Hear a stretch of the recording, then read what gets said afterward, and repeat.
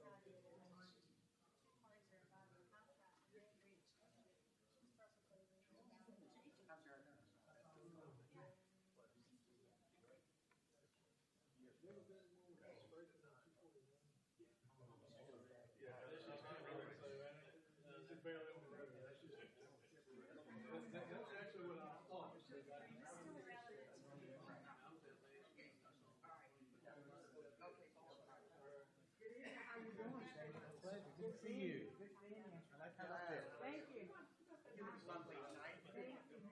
How are you? I'm good. Thank you.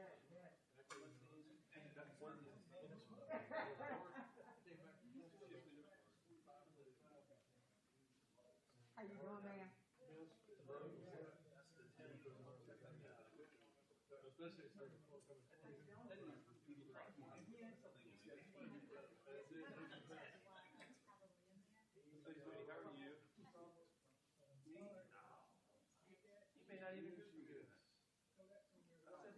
You know the boss is on. Don't worry. I'm sure.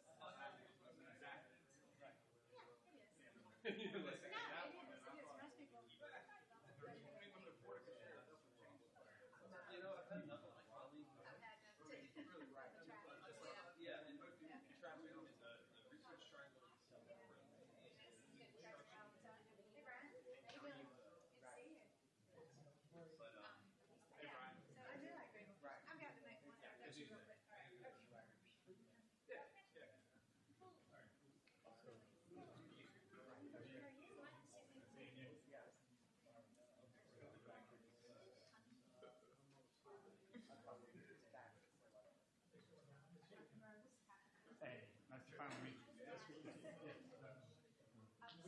We were just talking. He's good. He's in the back, he's in the back corner.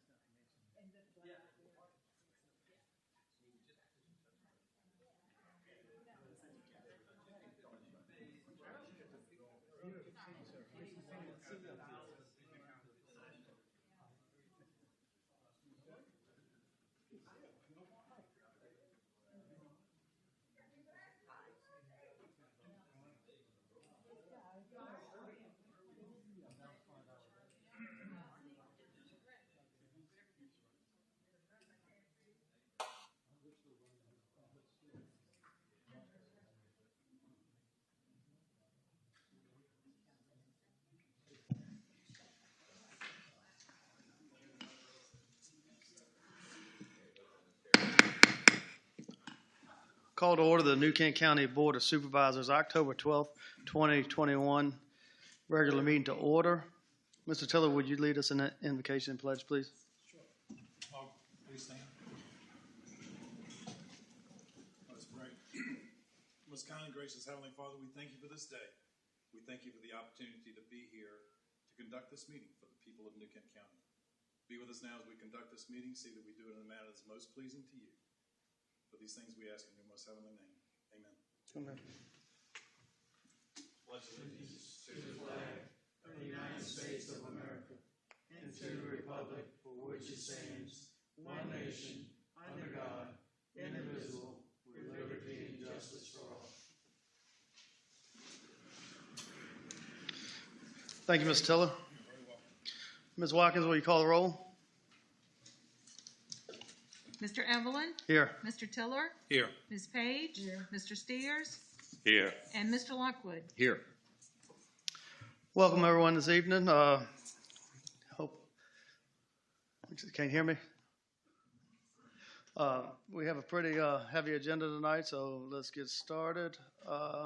First item on the agenda this evening is a consent agenda.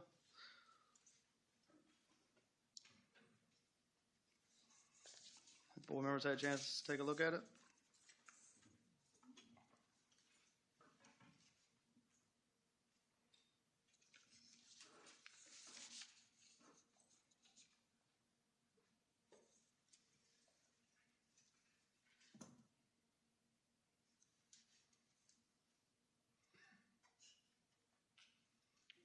Mr. Chairman, Ms. Dunn. if nobody has any changes in the consent agenda, I have a motion. I move to approve the consent agenda as presented, that it may be made a part of the record.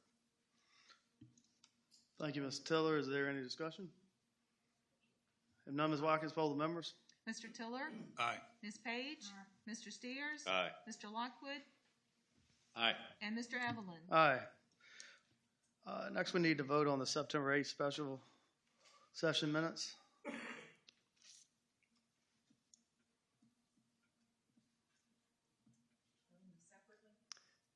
I guess since I missed that one, so.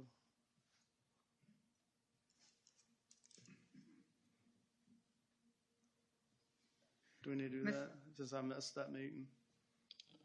Do you want to pull them and vote on them separately? You can. You don't have to. Okay. You can vote to approve them. All right. Even though I missed that meeting. That's correct. All right. Next item is citizens' comment period. So for you all that don't know, it's pretty public. I caught COVID at the beginning of September, so I still have a little bit of COVID brain. So, and I had a pretty bad case of it. So,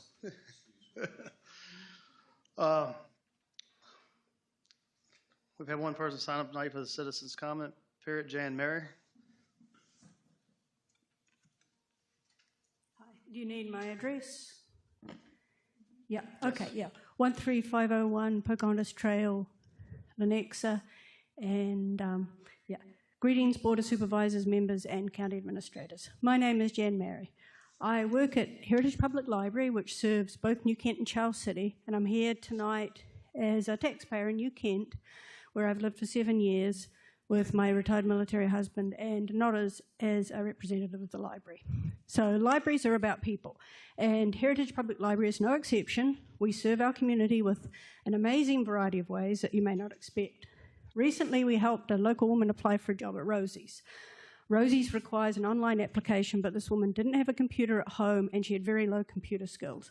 We had to show her how to do a drop-down list, how to click in the box so she could type things into the application. She completed her job application, and for the people that work in the library, this is a daily sort of task.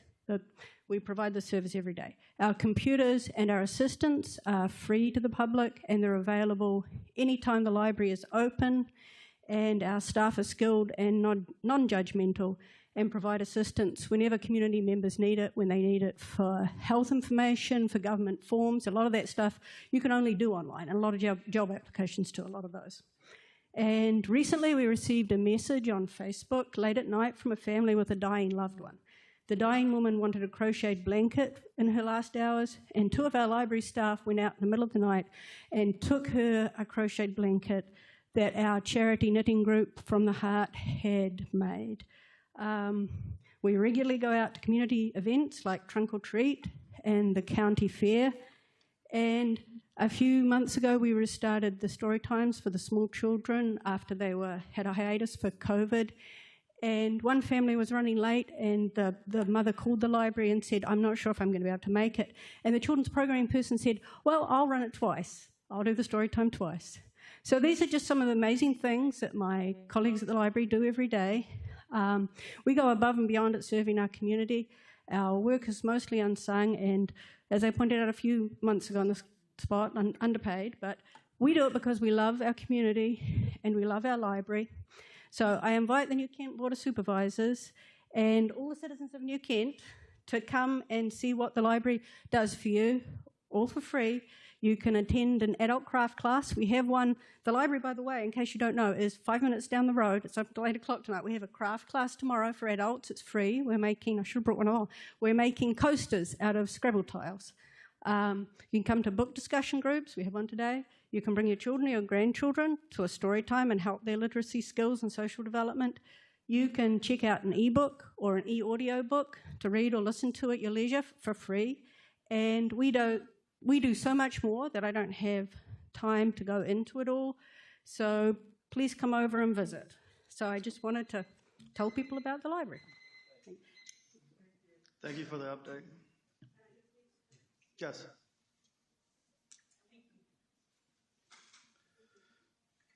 Next is the Registry Administrative Report. Mr. Wynn? Mr. Chairman, members of the board, Mr. Hathaway, Marshall Wynn with VDOT. This past month, we had 41 work orders that we received. We completed 53, had 2 after-hour calls. Working on our secondary mowing right now, about 40% complete. Hope to get that finished by the 1st of November.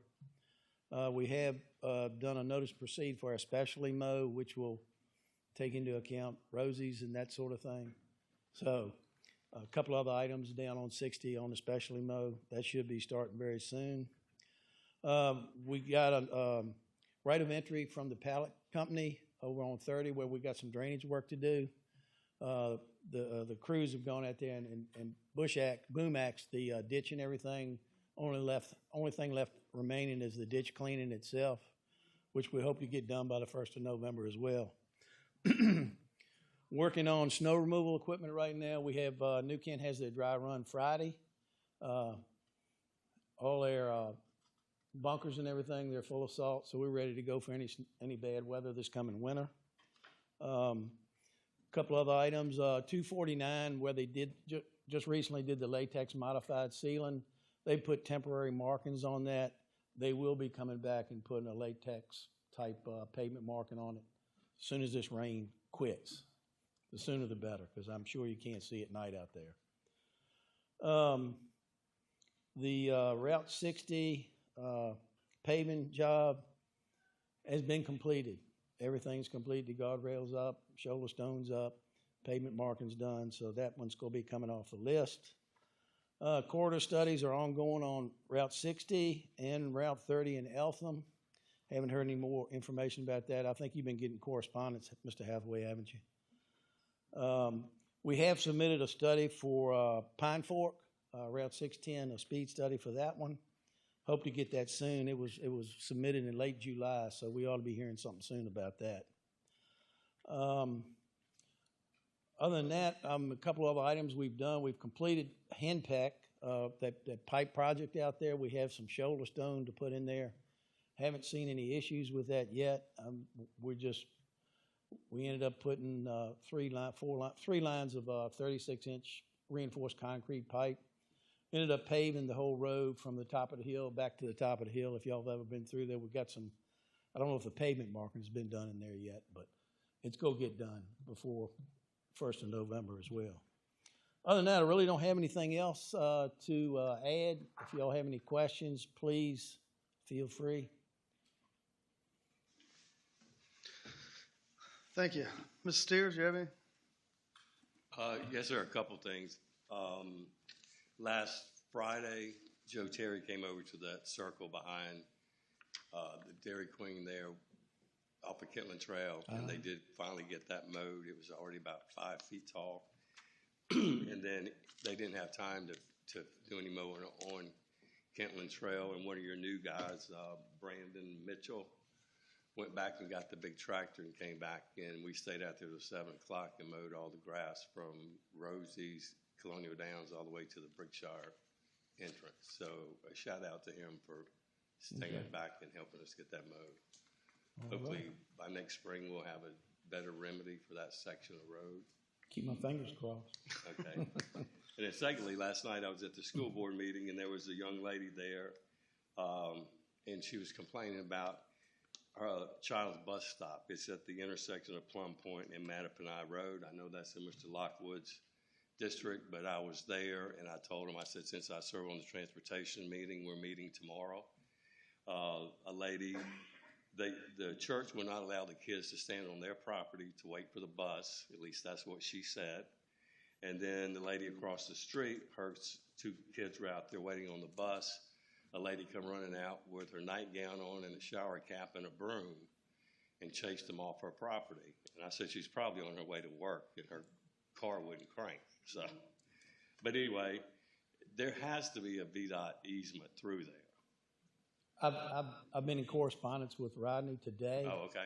We went out and marked the right-of-way. I don't know if you had time to go out and look at it. We have 30 feet of right-of-way on Plum Point and, what is it, Mattapani? Mattapani. Yeah. There's On 30, both roads? yes, on So both it's been roads. marked today? Yes, it was marked this afternoon, and it's really not much room. with that ditch. It's right on the other side of the ditch. Right, yeah. Okay. Okay. Just out of curiosity, if I may, does that encompass the sidewalk in front of the church as well? Actually, the right-of-way stops. The edge of the right-of-way is where the sidewalk of the church begins. Yes. Yeah. So the church property is the sidewalk? Yes. Right. Okay, well, thanks. This has been taken care of. I appreciate it. Okay. That's it. Mr. Tiller? Well, you answered two of my questions, the markings on 249 and the markings on Impact Road. So that Okay. was two of the issues I had. But I know a couple months ago they came through Longview and cut a lot of trees. Did some limbing. Pardon? They did some limbing on Yes. Longview, yes. There's a couple limbs that literally go from one side of the road to the other. And it's right there at the corner of Pinehurst and Longview. I mean, you can't miss it. And Okay. it's like all the growth is on the far end. It looks like a disaster waiting to happen Well, to me, but we'll look at it. I mean, the contractor that was in there, they're required to trim up to 20 feet on both sides, and I'm sure that's what 20 they, 20 feet in height. well, I can guarantee you this is higher than 20 feet. Yeah, okay. So if they could just take a second look at that, maybe Okay, limit back. all right. Thank you. That's it. Mr. Lockwood? I got an email from Jeff today. They completed some work that came up on Holly Fork Road that I appreciate, some ditch work out there, so thank you for that.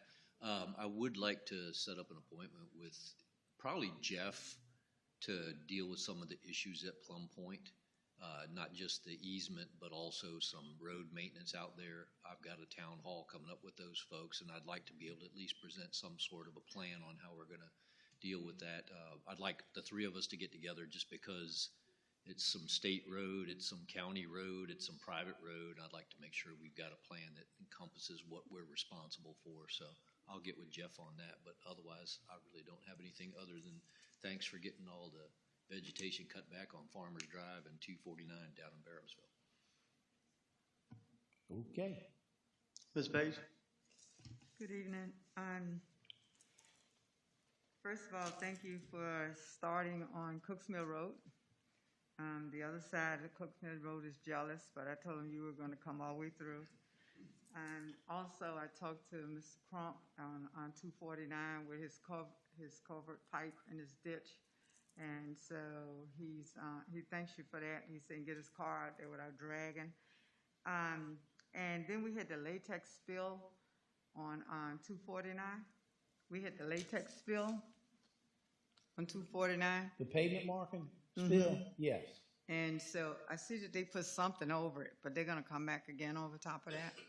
No, well, when they went out there, the pavement management group came out there and eradicated what paint had spilled, and Joe was out there with them. He didn't think it needed anything else where the paint had spilled.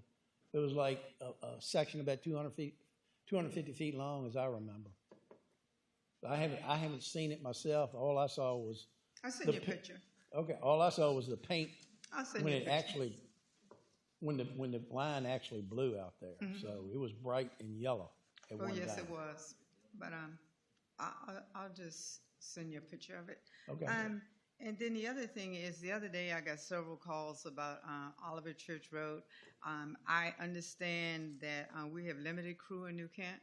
I understand that it's very upsetting when they're trying to get other roads done and they have to stop because there was so much trash in the road after they cut the grass.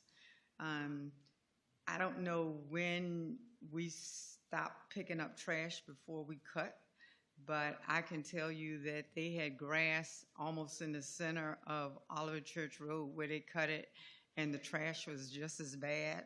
Okay. I'm appreciative after I guess I was scolded that they went out there and picked the trash up, but I thought it was the Virginia Code, maybe 18.2-3 something about grass clippings in the road. And so with the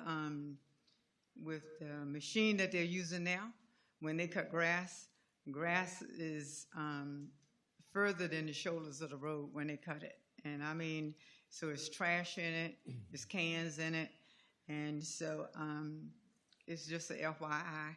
Yeah.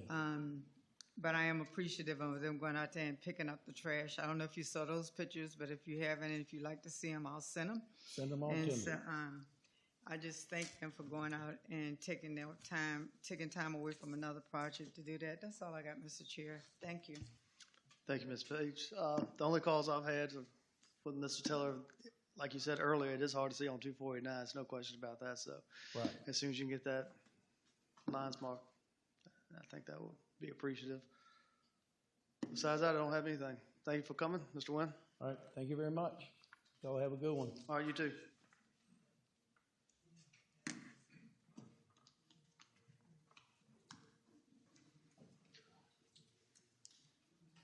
Next item is the discussion of the EDA lease revenue bond, Series 2021. The offer response from Mr. Cole from Davenport. How you doing, sir? Good evening. Good evening. Pleasure to be here. There should be a binder clip packet that came around before the meeting that you have, and I'm really going to cover the first 6 pages, but there are some materials in the back that we put together and went through with staff that support where we're headed with the analysis and ultimately the recommendation. So I was going to talk through this, and I would ask you to please, ask any questions along the way. And ultimately, we'll be making a recommendation to you all about this potential refunding and asking you all for some direction on moving to the next step, which I will cover. So there are page numbers in the lower right corner. We had met with staff in late summer and talked about, generally speaking, low interest rates and making sure that we were all on top of whether there were opportunities for refinancings. We originally looked at 7 different loans that you all have in place today. All of these are fixed rate loans for county purposes, whether they're tax supported or utility related debts.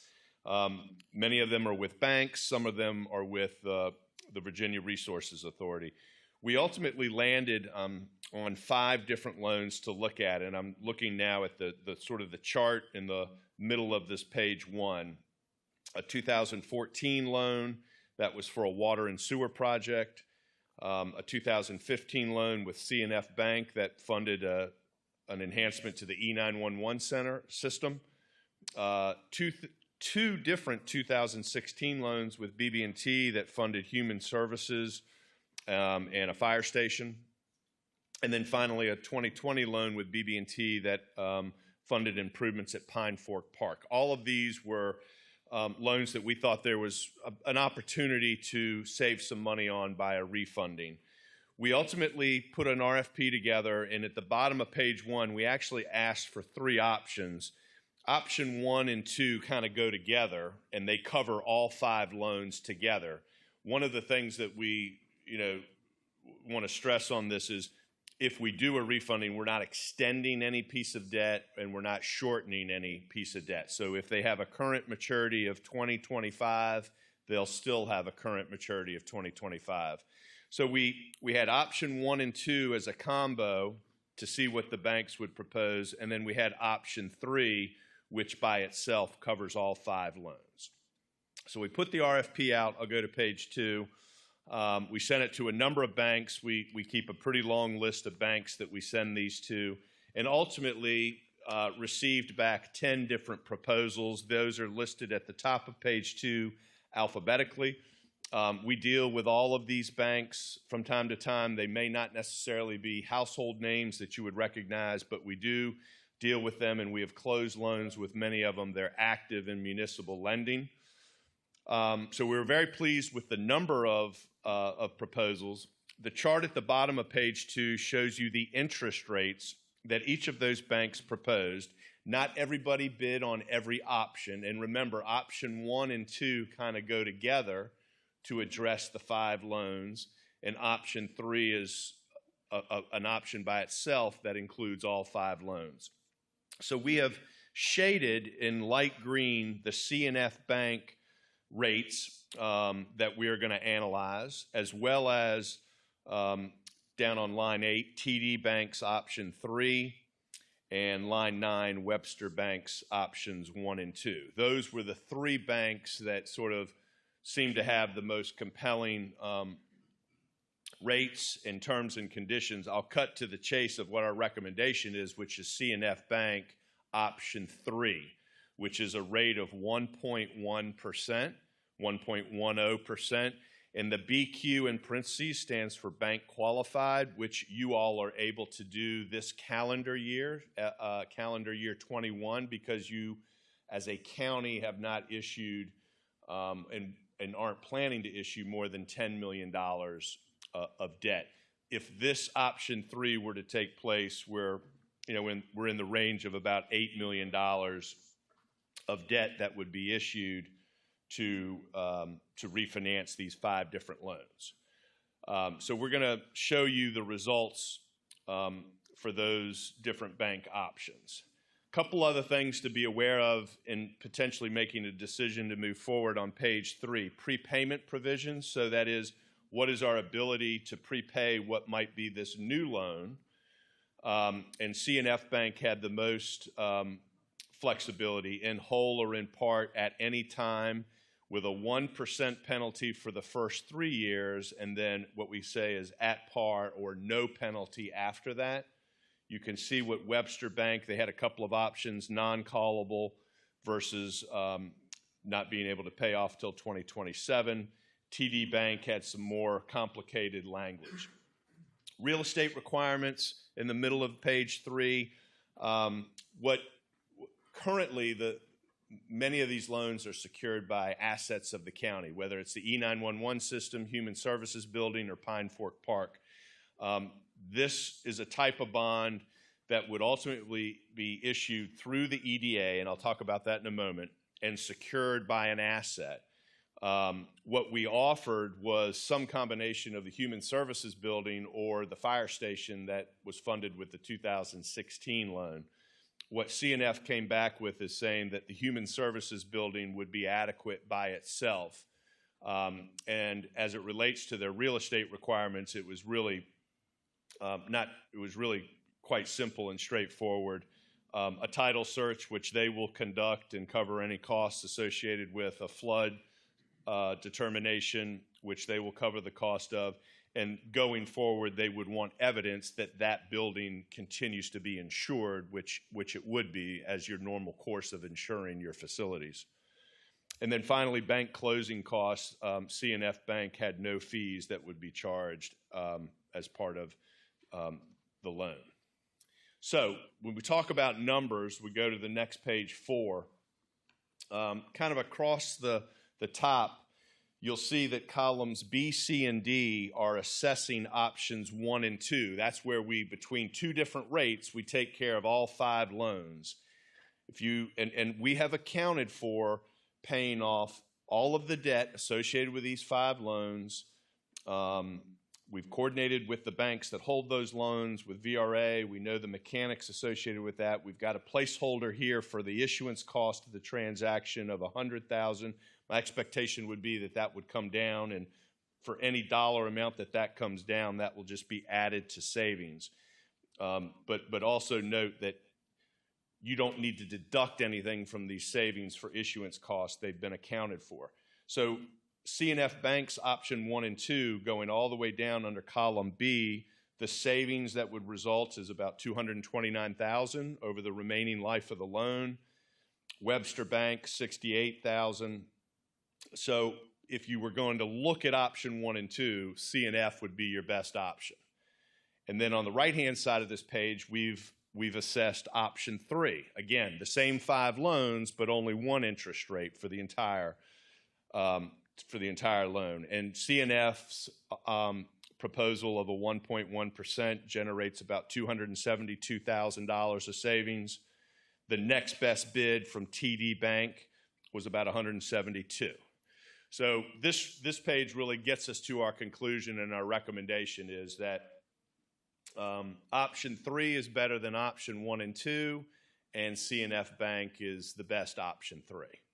So that is ultimately going to be our recommendation, which you'll see in a moment. But I do want you to see the details of the 5 loans on page 5 within the C&F option 3. So we've got all 5 loans lined up there, and column G you'll see is the total, and you go up, you go to the bottom of column G. That's that $272,000 that I talked about. That is the net result of option 3 through C&F Bank. But you can see what each individual loan of the 5 is doing on its own. So we go across. We've got the 2014 revolving loan. It's about $32,000. The E911 loan, $35,000.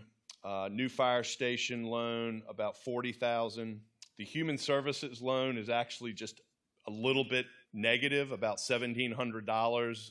Call it maybe break even. But it is the loan that is secured by the asset that we want to secure this new loan with.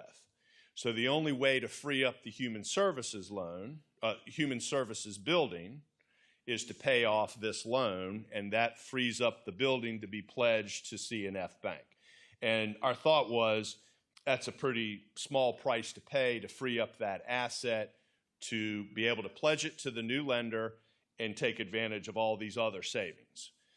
The other nice thing that we would be doing if this moves forward is freeing up the liens you have on your E911 system and equipment, as well as freeing up the lien on Pine Fork Park.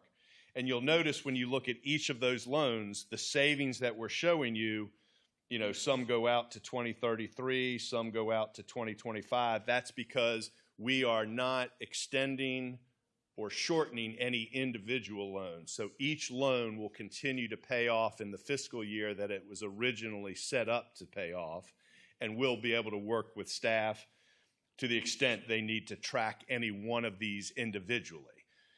We would also be consolidating 5 loans into one, which just, you know, practically speaking from a maybe an administrative and accounting basis, makes things a little bit easier. And your overall debt profile really will not change. We'll be, you know, saving on average, well, it's hard, I don't have the average. I do have the average, about $20,000 a year on average. But those savings, when you look at column G, you'll see they're a little bit front-loaded. Not a lot of savings in the year we're in, but then they're $27,000, $28,000 a year, and it starts to step down as some of those loans pay off. And those would be fixed. All the loans that we're talking about refunding today are fixed rate, and what we would be going into would be fixed rate. And you would have the ability to refund or pay that loan off in the future if there were ever a reason to do that. So in closing, page 6, it's the recommendation with the discussion points that I've more or less covered here along the way, which is C&F option 3. And the high-level schedule would be starting with this evening, presenting this to you all for discussion, any questions you have. If you're comfortable and in a position to give us direction through a motion or just a head nod or whatever the case may be to move forward, that's all we would be asking for this evening. If that were to happen, we would continue to work with the working group to put the documents together. There would be one more county board meeting on November 8th where you would take official action by way of a resolution to approve the financing and the documents. The EDA board would need to meet, I believe that would occur on November 16th, to approve the financing resolution and the documents, and then we could close. And like we've done before, the EDA's role here is because we're pledging real property as security for this loan, the Human Services Building. So they are a conduit issuer. They've served in that capacity before for many of these loans. They don't have a financial obligation. The financial obligation rests with you all, like it currently does, to appropriate through your budget process every year the debt service for these loans. So let me stop there, see if there's any questions. Thank you. Looked like C&F was pretty aggressive. Yeah, they were. They were very aggressive. I mean, when you look at that second page and you see the spread from low to high, and they, you know, we talked to all of these banks as they're reviewing it. They had some questions, but they indicated, you know, they valued the relationship and very much wanted to participate and try to be successful. Any board members have any Comments or questions for Mr. Cole? Well, I think the consensus of the board is to move forward. We're almost CNF. saving, CNF, Option 3, we're almost saving a penny right. on tax rate. Good with that? Everybody's okay? Okay, well, that's what we will do, and we will plan to be back on November 8th. All right, Okay, thank you. good seeing you. Thanks.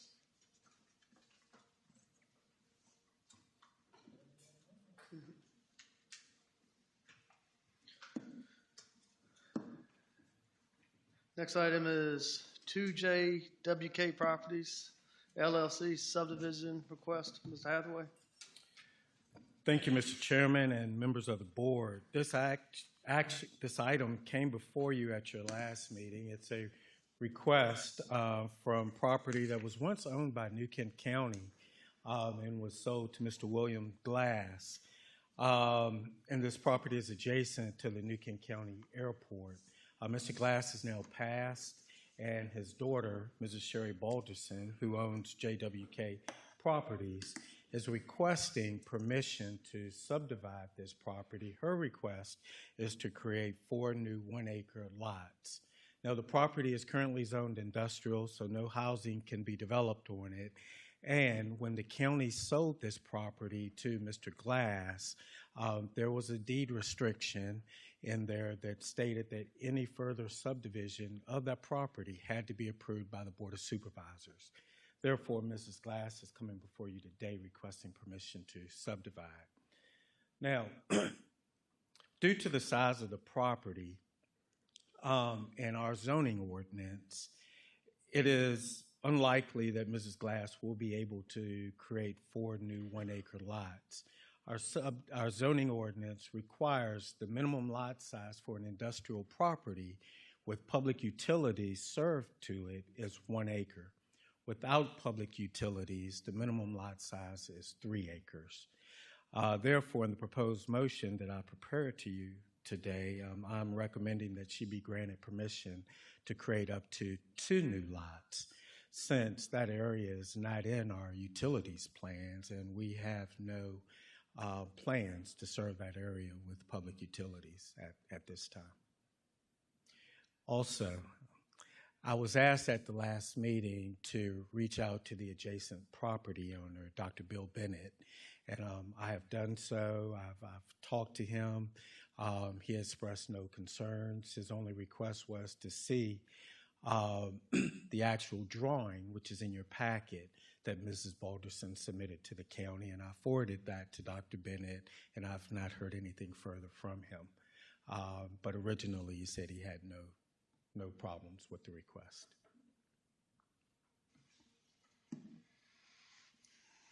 Thank you, Mr. Hathaway. Anybody got any concerns? We looked at this at our last meeting. So we'll just essentially be creating 3 lots out of the 1 and still in compliance with the 3-acre minimum.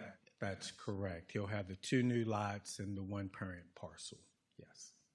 And is the property owner cool with that? We've communicated that to the property owner's attorney. I've not received any feedback from him. I'd ask Brendan. I have not received any further comment from the property owner. Okay. I don't think we can create something that our ordinance says we can't legally. We cannot, our ordinance, subdivision ordinance controls this regardless. Yeah.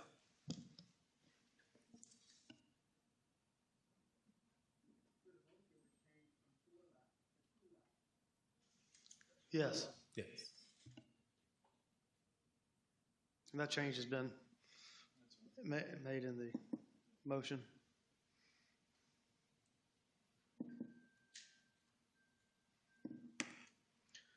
If there's no other comment, I'll entertain a motion.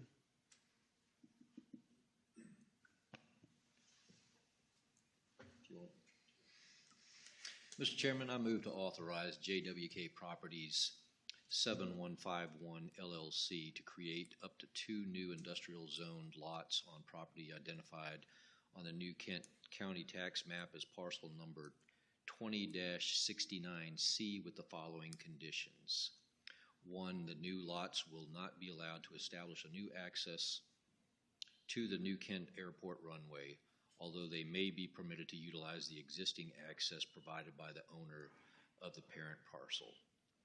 All deed restrictive covenants of the parent parcel shall also apply to the new lots, and subdivision shall comply with all requirements of Chapter 91 and 98 of the New Kent County Code. Thank you, Mr. Lockwood. Any discussion? Ms. Watkins, poll the members. Ms. Page? Aye. Mr. Steers? Aye. Mr. Lockwood? Aye. Mr. Tiller? Aye. And Mr. Evelyn? Aye. Next is Resolution R-2121, Comprehensive Planning Steering Committee Charter. Mr. Hathaway. Thank you. Resolution R-2121 will establish the Comprehensive Plan Steering Committee by adoption of this charter. The committee would consist of 15 members from the community, consisting of each member appointing 2 members from their district. Each board members appointing 2 members, 2 members from the Planning Commission, 1 member from the EDA, 1 member from the AFD board, and the county administrator or my designee. Totaling 15 members. The purpose of the steering committee is to work closely with the comprehensive plan consultant and developing an update to the New Kent County Comprehensive Plan. This time I'd be happy to answer any questions. Any questions? Similar to the Strategic Plan Steering Committee, I assume they would also be assisting in selecting the consultant? Or has that already moved? The plan, I've had one conversation with our Planning Commission chair since our joint meeting. And that conversation involved to expedite the process and not have to wait to the appointment of all the members. I believe the Planning Commission will be presenting a request to you for them to establish a subcommittee that would lead the procurement process only. And once the consultant is selected, then the steering committee would work with the consultant. Again, that was just one conversation, and I believe that a proposal will be coming from the Planning Commission in regards to that. So in essence, the Planning Commission will be choosing the consultant? Yes, that will be their request. That's their request, okay. Anyone else? Mr. Yes, Mr. Hathaway, how soon do you plan to have this committee put together? Well, once this is adopted, hopefully tonight, the appointments can be made immediately. So hopefully, at our next meeting, our work session this month, we can have some appointments to this committee so we can start meeting. The reason I ask is because under the officers, it states that all 3 officers' term will expire on December 31st. Should that be changed? I mean, if we're not going to appoint them until November and their term expires in a month? Well, the problem is the intent of that is for the officers to serve a 1-year term. Right. So they can be reappointed to continue for the following year. Okay. But yeah, the intent is for a 1-year term. Okay. That's good. Thanks. Mm-hmm. Anyone else?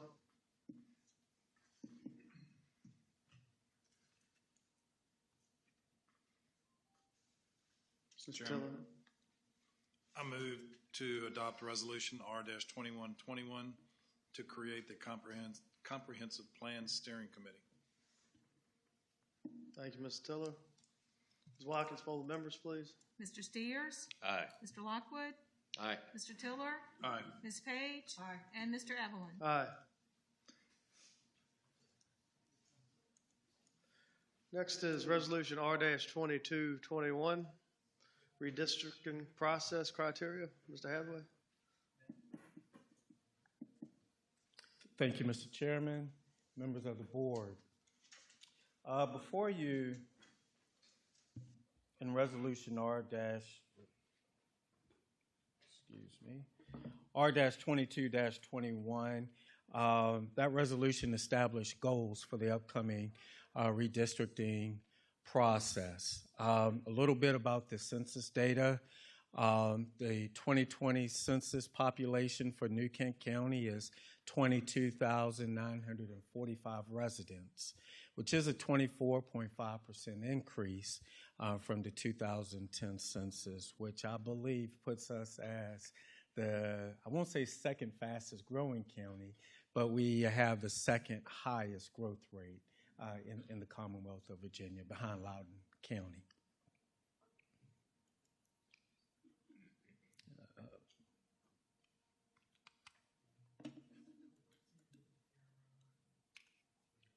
Apologize for the technical difficulties. And I'm going to ask if the booth can advance the slide.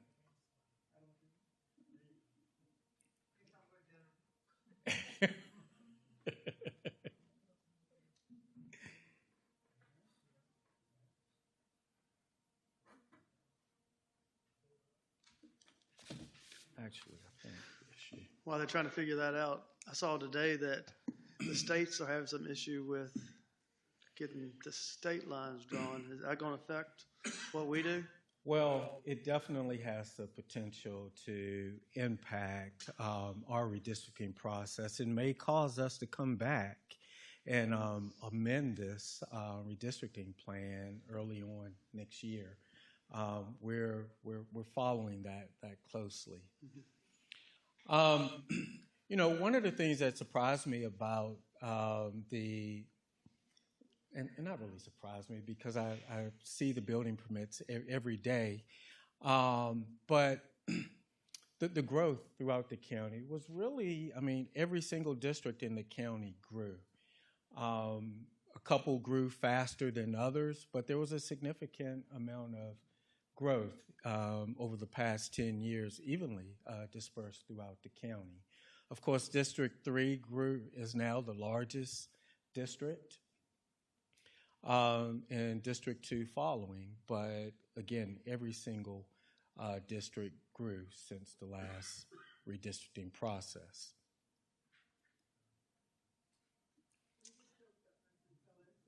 It is a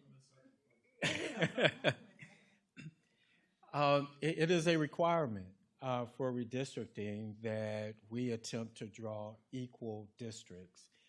It's also a requirement that there could only be 5% deviation higher or lower than our district goal of equal districts. In 2011, that goal was 3,685 population per district, and we were very close. And in fact, even though our goal was a 5% deviation range, we were actually 2% in deviation. In 2021, this upcoming process, our goal is a population size for each district of 4,589 residents per district. What this means for each district, District 1 will actually need to gain 317 new residents. District 2 would have to lose 272 new residents. District 3, which grew the fastest, would also need to lose 509 residents. District 4, which is almost at the equal level, would need to lose 23 residents, and District 5 would need to gain 487 residents. So going into the redistricting process, as we look at drawing a plan that represents equal districts, this will be our goal as far as we look at population. Also, looking at the census data, it appears that we're becoming a more diverse community. with the minority population growing by 34.4%, which is the largest growth per 10-year period as we look back since 1991. Our growth overall actually was a little less than the last 10-year period. The last 10-year period, we were about 4,500 and I believe 78. And we're 4,516. So pretty much even growth, but slightly less than the last 10-year period. I won't go over this, but you will get packets of this presentation. So if you wanted more details on your district, and not only your district, but the precincts, voting precincts within your districts, we have that data here for you, the demographic data. Our legal requirements for redistricting. Article 7, Section 5 requires redistricting for all localities that conduct elections by district, which would include New Kent County, and that redistricting has to be done every 10 years in the year ending in 1. Redistricting must be drawn using census data. The Constitution of Virginia requires local election districts to use the substantially equal population standard. Districts need to be equal in population. Districts cannot be drawn to discriminate based on race, which will be a considerable amount of our focus, especially as we outreach to community groups. And districts must be contiguous and compact. Those are the legal requirements that we need to follow. As we put together our redistricting plan, these are the factors that will be considered in our plans. The first couple, the minority voting strength. Is the minority voting strength reduced? Are minority concentrations fragmented in different districts? Are minority concentrations over-concentrated in one district? A lot of those requirements deal with the Voting Rights Act, especially in Section 2 of the Voting Rights Act, which we will ensure that New Kent complies with. Were alternative plans considered? We will be presenting at your work session various different plans for redistricting. In your work session this month on the 27th, we will discuss options for redistricting.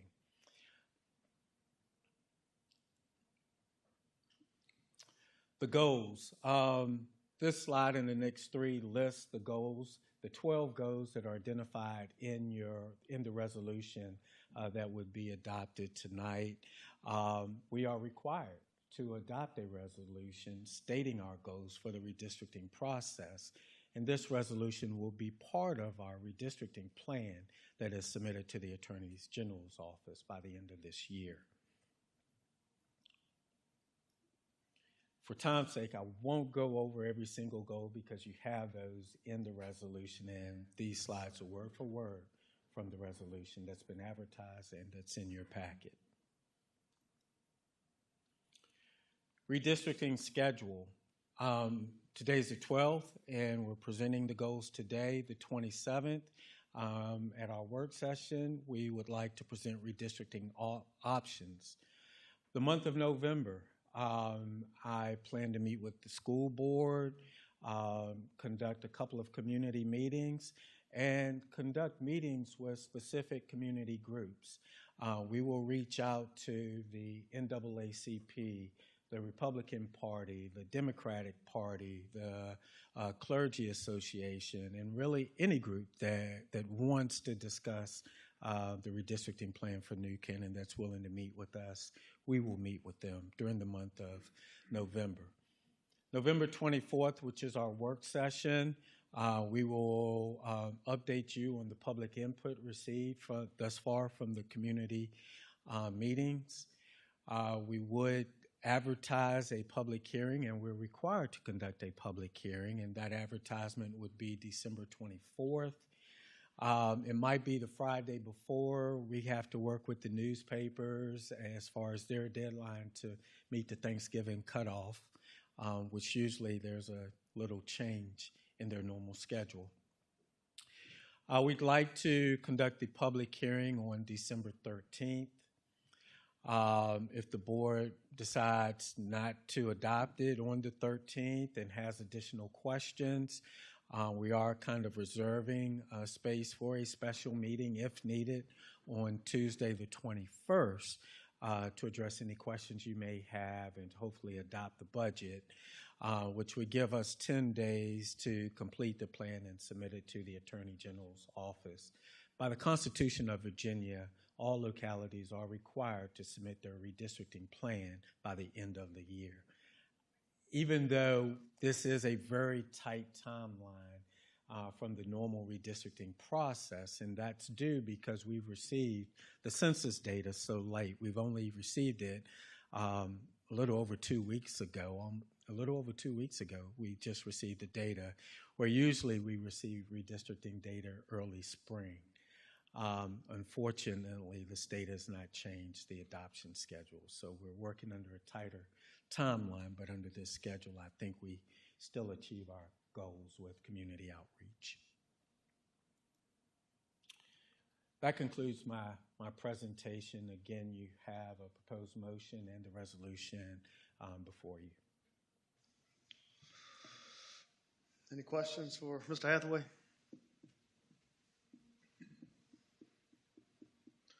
It's a pretty quick timeline there. I guess the state didn't give us a whole lot of time compared to 10 years ago. The state has not given us a lot of time, and as you've asked earlier, the state hasn't even drawn the state districts, which means if they draw a district that doesn't completely cover New Kent and bisects the county, and we have a situation where there's precincts that don't line up with the state boundaries, we could potentially have to come back before you and redraw our lines. Hopefully when they do draw their districts, or when the Supreme Court determines what their districts are going to be, it will encompass the entire county, or it will be consistent with our precinct lines that we draw.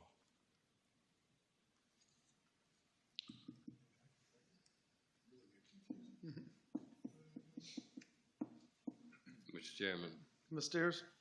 if there's no other discussion, I move to adopt Resolution R22-21 to approve 2021 redistricting criteria. Thank you, Ms. Steers. Ms. Watkins, will you poll the members, please? Mr. Lockwood? Aye. Mr. Tiller? Aye. Ms. Page? Mr. Steers? Aye. And Mr. Evelyn? Aye. Last presentation tonight is the agreement between New Kent and Charles City County for professional coordination services. Mr. Hathaway? Thank you, Mr. Chairman, members of the board. A couple of months ago, I was approached by the Charles City County administrator with a request of combining our CSA programs to be one program. And CSA, for the general public, that is the Children's Services Act, in which we fund children with special needs and provide special services for them. Also, foster care services are included with that, and any special education that they need. Those services are provided with funding through the Children's Services Act program. I've spoken with our Children's Services Act director, Mrs. Harrod, Dadrima Harrod, and she had also been requested by the state to consider taking over Charles City's program. That's a little in flux right now. Ms. Harrod believes that she can handle that, which is my main concern. I don't want our children to suffer because we're taking on more, but she's fairly confident that she could manage Charles City's program with no loss to the service provided in New Kent County. She did make some requests, and I was adamant that if we do this, whatever additional costs are involved, that Charles City be responsible for those costs, and that is included in the agreement. In fact, attachment B in the agreement is a breakdown of the additional costs, because essentially Mrs. Harrod is doubling her work. I think it's only fair that she receives additional compensation for taking on additional duties, and that additional compensation be paid for by Charles City, which they've agreed to do. Ms. Harrod right now is also a one-person office, and we would need an administrative assistant, a part-time administrative assistant, which Charles City has agreed to cover the cost for as well. Charles City has also agreed to cover the costs and provide office space and cover the costs of any supplies needed while she works in Charles City dealing with Charles City clients. So the total cost to Charles City to combine the two programs would be $55,271.06, which is included in the agreement. This time I'd be happy to answer any questions. Any questions? Mr. Chairman, I have a question. Yes, ma'am. So why would we consider doing this? You know, there is no benefit to New Kent County. And I'll tell you, and just to brag about Mrs. Harrod a little bit, you know, our CSA program has been held as the model program across the state of Virginia. Mrs. Harrod runs a very good program. There's no benefit for us, but the reason I'm proposing it, and I believe the reason Mrs. Harrod is willing to do it, is we both feel that it is the right thing to do. There are children in need that deserves proper services. They may not be in New Kent, but if we have an opportunity to provide them with good service, and it doesn't impact the services of our locality, I'm willing to pursue that. And I believe Mrs. Harrod feels the same way. So in the agreement that we have with, if, do we have in our agreement a term if it doesn't work? Yes. Okay. And really this whole agreement was drafted with that notion. When I put together agreements, I'm thinking, how do we get out of this if this thing, with any agreement, if it doesn't work? Yes, with 30 days notice, we can terminate this agreement. Either party, right? Well, either party can terminate within 30 Either days. party can terminate this agreement. Also, if the agreement is terminated mid-year, whatever expenses we've incurred to that point of termination, Charles City is responsible for. And also, the way we've set up the program, I think, is done so in a way that it would be easy to terminate. With CSA, I don't want to get too technical, but there's a family assessment planning team, and there's a CPMT, community planning management team. We're going to have separate family assessment planning teams. So the Dreamer is going to have a New Kent team and a Charles City team. She's going to keep it separate. She's going to keep all the children separate. Charles City is going to pay for Charles City cases. New Kent will pay for New Kent cases. So the money will remain separate as well. So we have set this up in a fashion that it's easy to separate if needed. So I can say that since I've been on the board, that she has truly done an outstanding job with our youth and with that program. And so I just wanted to make sure that she's comfortable with that. Yes. Mr. Chairman? Yes, sir. Rodney, if we could just clarify the 30-day notice clause. Sure. Is that 30 days notice at any time during this agreement or only at the end of each year? That's 30 days notice at any time during this agreement.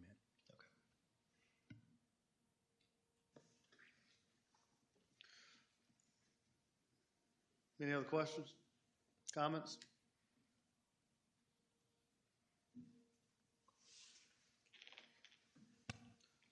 None, I entertain a motion.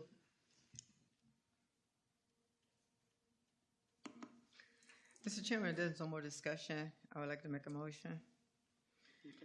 Mr. Chairman, I move to authorize the county administrator to execute a proposed agreement with Charles City County for the professional coordination services in the form approved by the county attorney.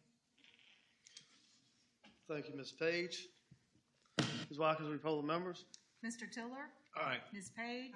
Mr. Steers? Aye. Mr. Lockwood? Aye. And Mr. Evelyn? Aye. We're going to take a 5-minute break before we start public hearings this evening.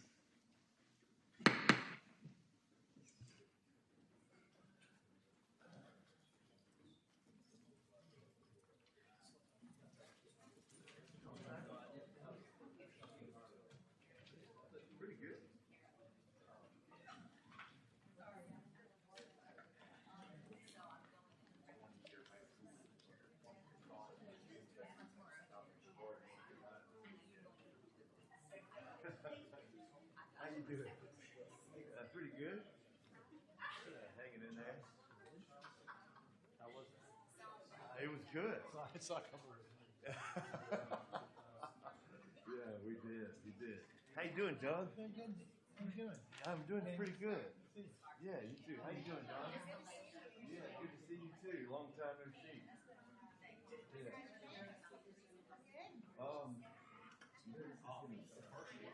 Yeah. Mom and Dad's little church, the Hopewell Baptist Church that we've been going to all these years and I grew up in. This pastor got chosen like 2 months ago and just died today. Yeah. She left behind 5 kids. Yeah, 3 daughters that are still at home, teenage years. 9, 13, and 17 or something like that.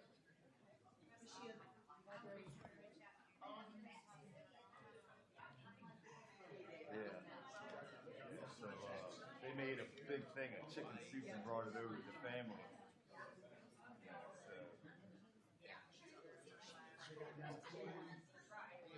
I've been twice this year.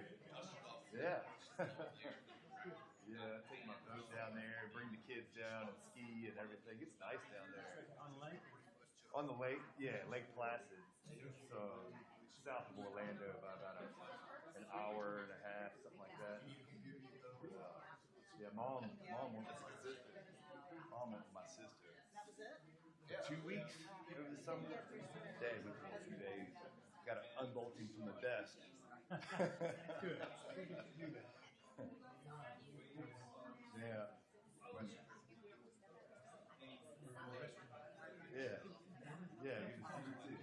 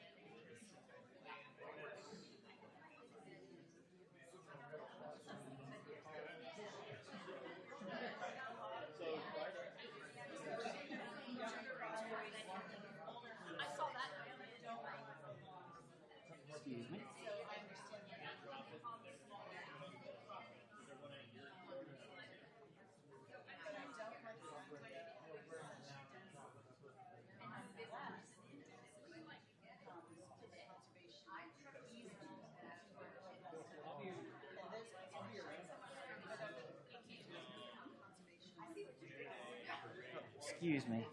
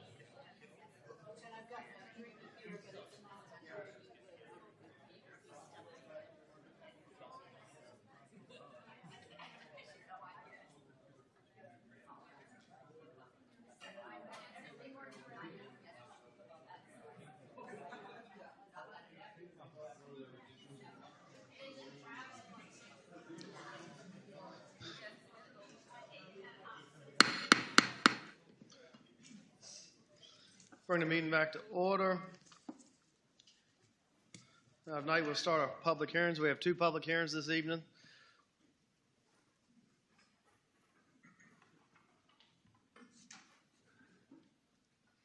First public hearing tonight is the Lower Chickahominy Watershed MOU Ordinance -26-21. Ms. Stoddard. Thank you, Mr. Chair, member of the board. At your previous work session, Sarah Stewart with Plan RVA came before you and gave a very detailed presentation on the Lower Chickahominy Watershed Collaborative. It's been an ongoing project for the last 5 years, funded through the Coastal Management Zone. The end result is an MOU between the parties of New Kent, James City, Charles City, the Chickahominy Indian Tribe, the Chickahominy Indian Tribe Eastern Division, the Pamunkey Indian Tribe, the Richmond Regional Planning District Commission, and the Hampton Roads Regional Planning District Commission. The basis of the MOU is to enhance the cooperative and collaborative efforts between those parties identified and to increase sustainable ecological and economic activity in the Lower Chickahominy watershed area. So before you tonight is the ordinance O-26-21, which will authorize the MOU and give Mr. Hathaway, the county administrator, the powers to sign that MOU agreement on behalf of the board. At this time, I'll take any questions you have. All the previous information was included in your board packet from the work session. And I do not believe there were any outstanding questions that the board was waiting on any information. But if there is anything, I'll be happy to answer. Thank you. Any board members have any comments? We had a pretty elaborate presentation at our last work session, so. Yep.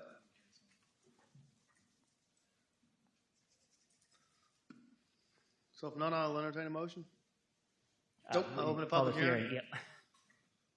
Ms. Uch, can you bring a sign-up sheet? Anyone signed up? Yes, sir.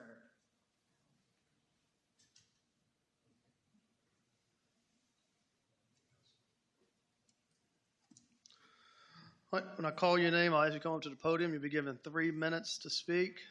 Please state your name and address for the record. We have one person signed up. Jennifer Love.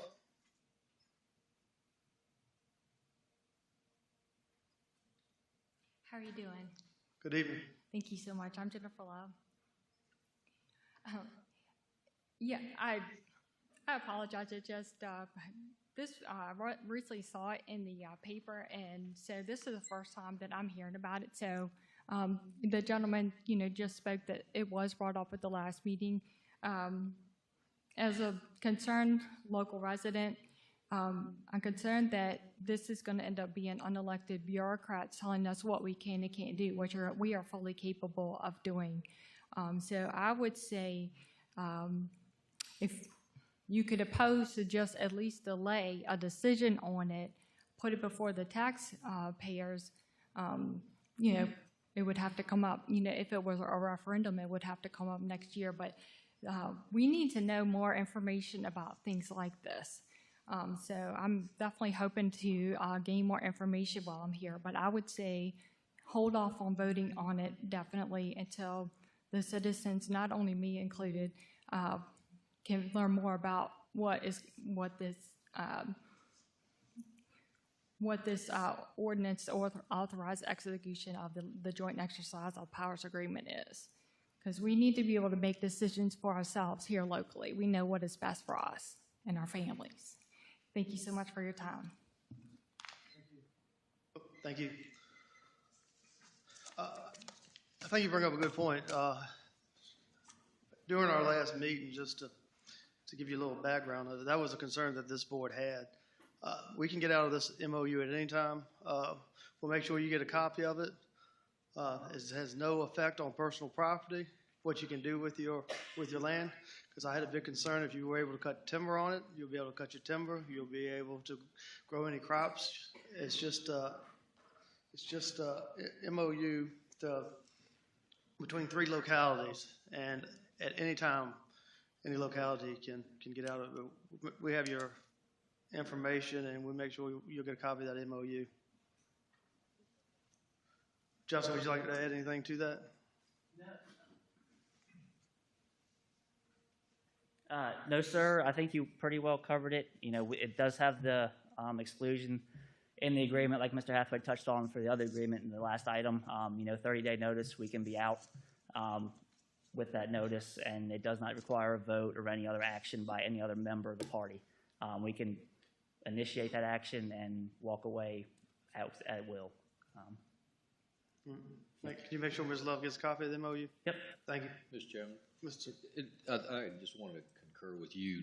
We did go through this thing pretty detailed at the last meeting, and we all had concerns about, possibly infringing on property rights and farming and all that stuff. And there's really nothing in this memorandum of understanding that hits on that. So, my questions were answered, and I feel pretty comfortable moving forward. This is really just a matter of agreeing to protect the diversity of the watershed, and I think that's a good thing for all of us. So, thank you. Thank you, Mr. Lockwood. Anyone else? Close the public hearing.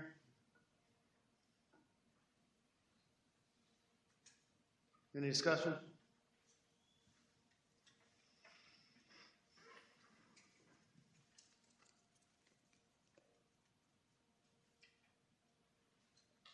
I'll entertain a motion. Mr. Chairman, I move to approve ordinance 0-26-21, an ordinance authorizing the Lower Chickahominy Watershed Collaborative Memorandum of Understanding, a joint exercise of powers agreement as presented. Thank you. Thank you, Mr. Steers. Ms. Watkins, will you poll the members? Ms. Page? Mr. Steers? Aye. Mr. Lockwood? Aye. Mr. Tiller? Aye. And Mr. Evelyn? Aye. Last public hearing this evening, New Kent Farms LLC. Proposed amendment to the Farms of New Kent PUD ordinance for Land Bay 1 Ordinance O-33-21. Good evening, Mr. Oh, sorry. Sorry. Good evening, Mr. Chairman and Board. I'm coming to you, representatives from New Kent Farms LLC have requested an amendment to the Farms of New Kent Plan Unit Development Ordinance to allow for 1 acre lot, half-acre lots in certain areas where Land Bay 1. The legal description and exhibit of the area can be found in your packet. There are several environmental features and sensitive areas located with this parcel, and the smaller lots would better utilize the parcel's developable land while minimizing impacts to those areas. This amendment would not increase the maximum amount of lots currently allowed in Land Bay 1. The request was reviewed by all county and state reviewing agencies, and their comments can be found in your staff report. Staff has received numerous phone calls and emails from the public regarding this application. The Planning Commission considered the application at their meeting on August 16th and voted 5-2 to send an unfavorable recommendation to the Board of Supervisors. Ordinance 0-33-21 is before you tonight for your consideration. I would like to introduce Charlie Riedlinger, and he has a presentation he would like to present to the board. Thank you.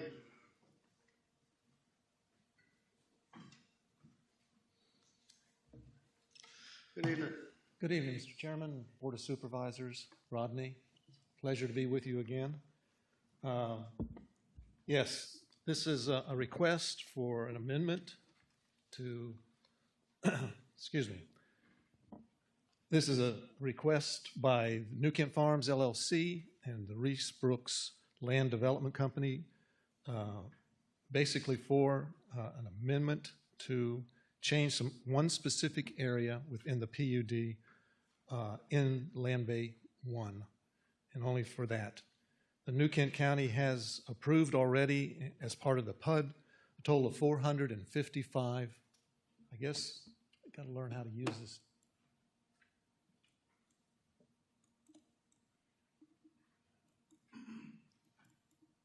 Oh, there we go, the wrong way.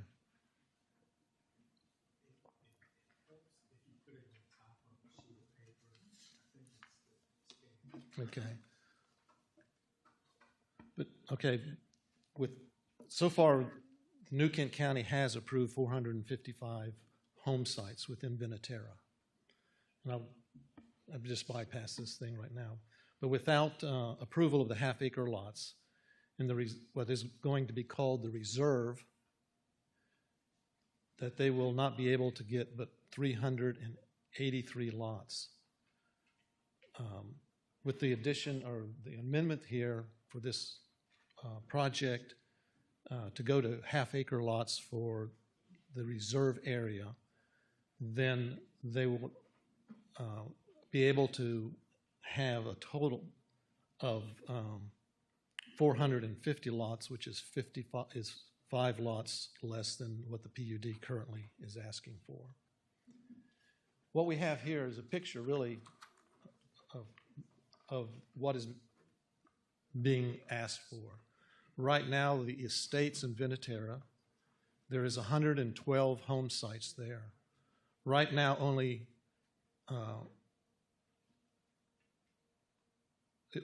there's 112 home sites, and there's only 42 that has been sold in this area, and that's the red that you can see on the map here.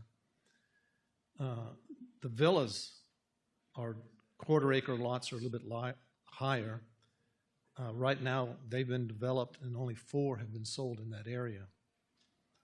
The estates, which is a blue color, are 1-acre lots, but they have not been platted yet. And those 1-acre lots have 63 home sites. The cottages, which is under construction right now, has 118 home sites in that.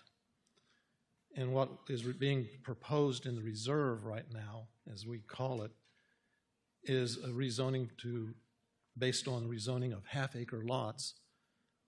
They will have 145 home sites there. The reason really, see if I can get this here.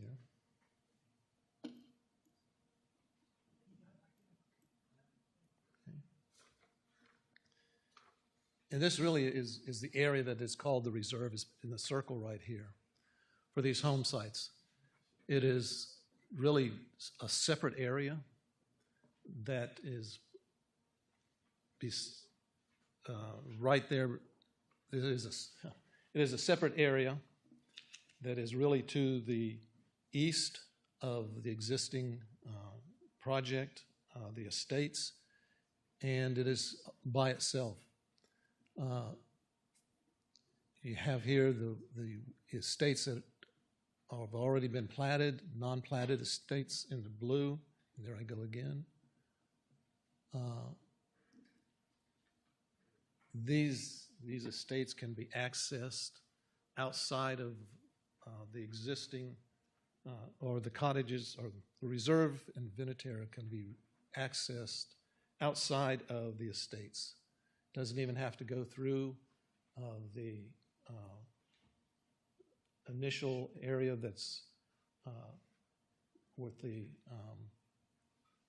to the left of it into the estates in Vinatera. It'll have its separate access through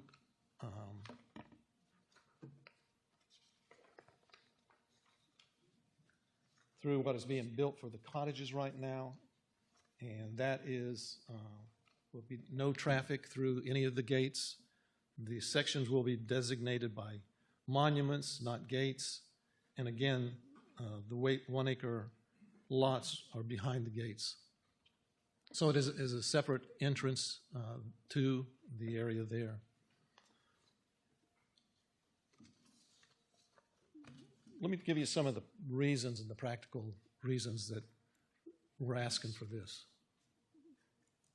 And Rodney, you got me going backwards. Okay. Some of the practical reasons, okay? In the initial concept of this phase, the project had a limited amount of information available. That information that was available was things like U.S. topo maps with only 10-foot contours, some of the wetland mapping that was available. During the golf course construction, the designer, Reese Jones, made some changes that increased the size of the course and took over some developable areas. And the actual wetland delineations had not been determined yet because basically everybody was working on projects or working on information that they had available in order to do the project. And during this time, of course, this was back in 2006. Once this was approved, as the PUD was approved, then things like wetland impacts could be delineated better.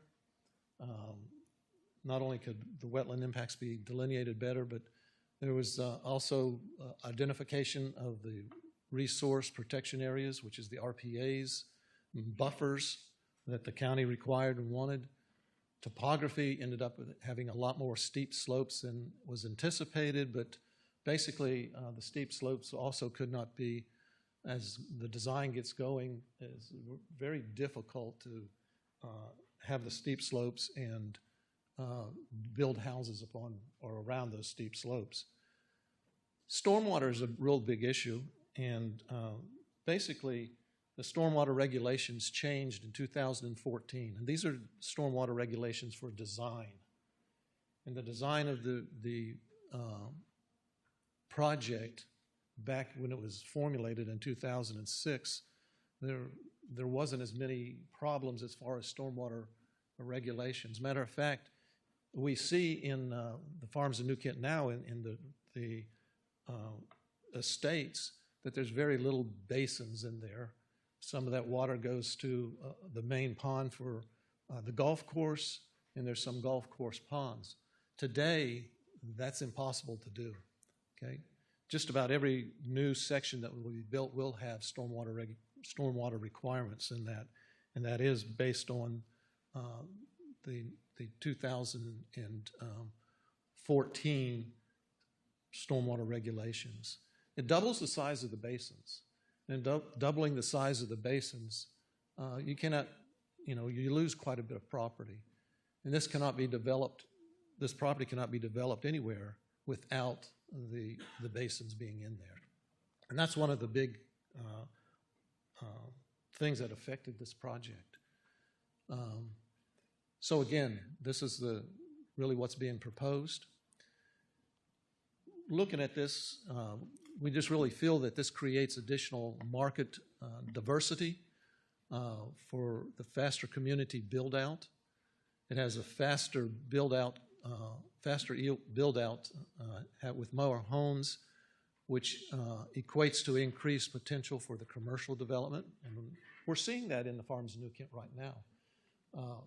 With the work that's being done in Land Bay 4, Land Bay 5, we're actually seeing people now, companies that are interested in commercial development. And that's basically because of the last year or so of all the development that's going on there. And obviously there's an increase in revenue to the New Kent County, and increase in, really in my opinion, a big thing is the increased number of homes that will be contributing to the HOA, especially if we go into the development of the amenities and the cost of those amenities and running of those amenities. There's some questions about the design and development guidelines, but I'm going to have Mr. Hopke will do a presentation on that portion of the work. Thank you.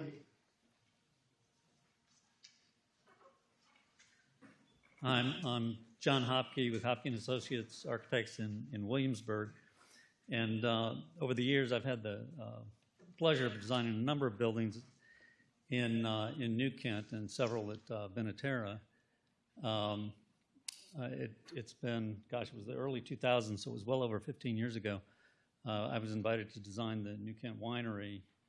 And about the same time, Pete Johns, I'm sure all of you remember him, asked me to take the existing design guidelines and propose amendments to them at that time. So I did the first set of amendments to the design guidelines back then, and to provide a lot of additional definition to what the estate area would be, or the rules that the estate architecture would be governed by.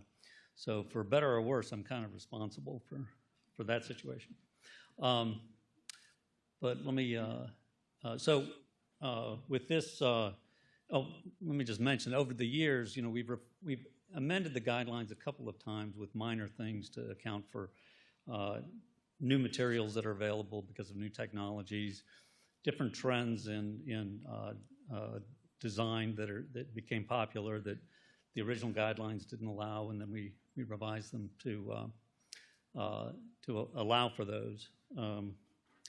And so it's design guidelines just generally are. I see what you're talking about, Charlie. There. The design guidelines in general should be viewed as a living document. They need to be amended from time to time, and so I've now been asked to help amend the guidelines, and the entire architectural review committee is working on them with me to address the reserve area. So here are a couple of let me just read these bullet points of the key differentiators. As opposed to 1 acre lots of the estates, these will be 1/2 acre plus. and there'll be lower maintenance home sites that'll better meet the current market demand. Venetera's existing design and development guidelines will be applied to the reserve with minor amendments specific to the reserve only, addressing the existing residents' comments that we've received. And let me mention there had been some confusion about the changes to the guidelines, whether or not they would directly affect the estate lot owners. And I probably contributed to that confusion, but we want to be clear that we're not changing anything currently that will apply directly to the estate lots.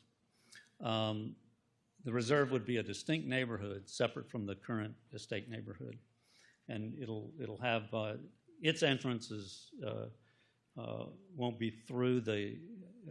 not be through the current gate to the estate lots. So it'll be just a separate entrance. And with that, I think I'm supposed to turn it over to Charlie, or are you going to speak? Oh, great. Good evening. I'm Jeff Tunstall with Reese Brooks Land Company. I am currently developing the cottages. Mr. Hathaway, before I touch this button, which way do I go to go backwards? Because we have a lot of people here who want to speak tonight, and I want to be respectful of that. So. It works a lot better if it's on a plain white piece of paper. Okay. I would like to go back Make sure slides. Okay. So I want to go back to that map, if possible. Everybody has a copy of this presentation, don't they? Okay. Up here. That's fine. That's good right there.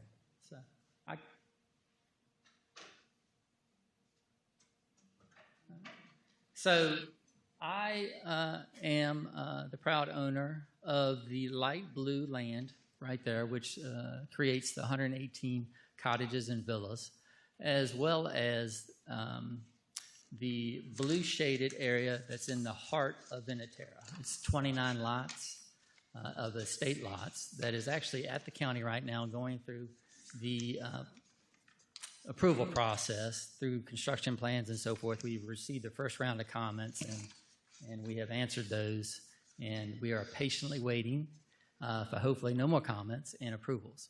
But those would be all 1 acre plus estate lots. So everything behind the gate or the original Venetera would remain estate lots. And then, of course, coming in through the cottages, the light blue, and working your way back would get you to the reserve.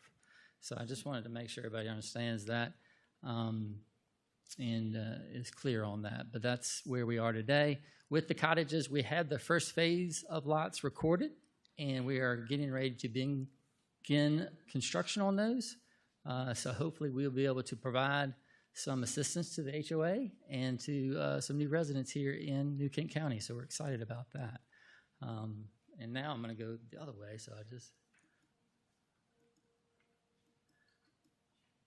So after the Planning Commission meeting, we did have a town hall meeting, which we sent out 3 notices over the time frame from August 16th to September 28th.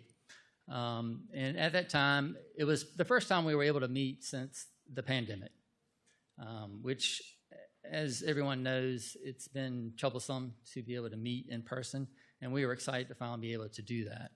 And we had, a large crowd there, just like tonight. So it's awesome to see all that. And Mrs. Page is there as well, so we enjoyed having her there. And we received a lot of questions.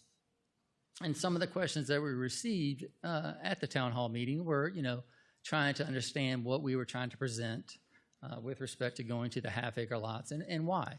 And we tried to answer as best we could. We took a lot of feedback from the residents and also started to prepare follow-up answers for our residents here at Venetera.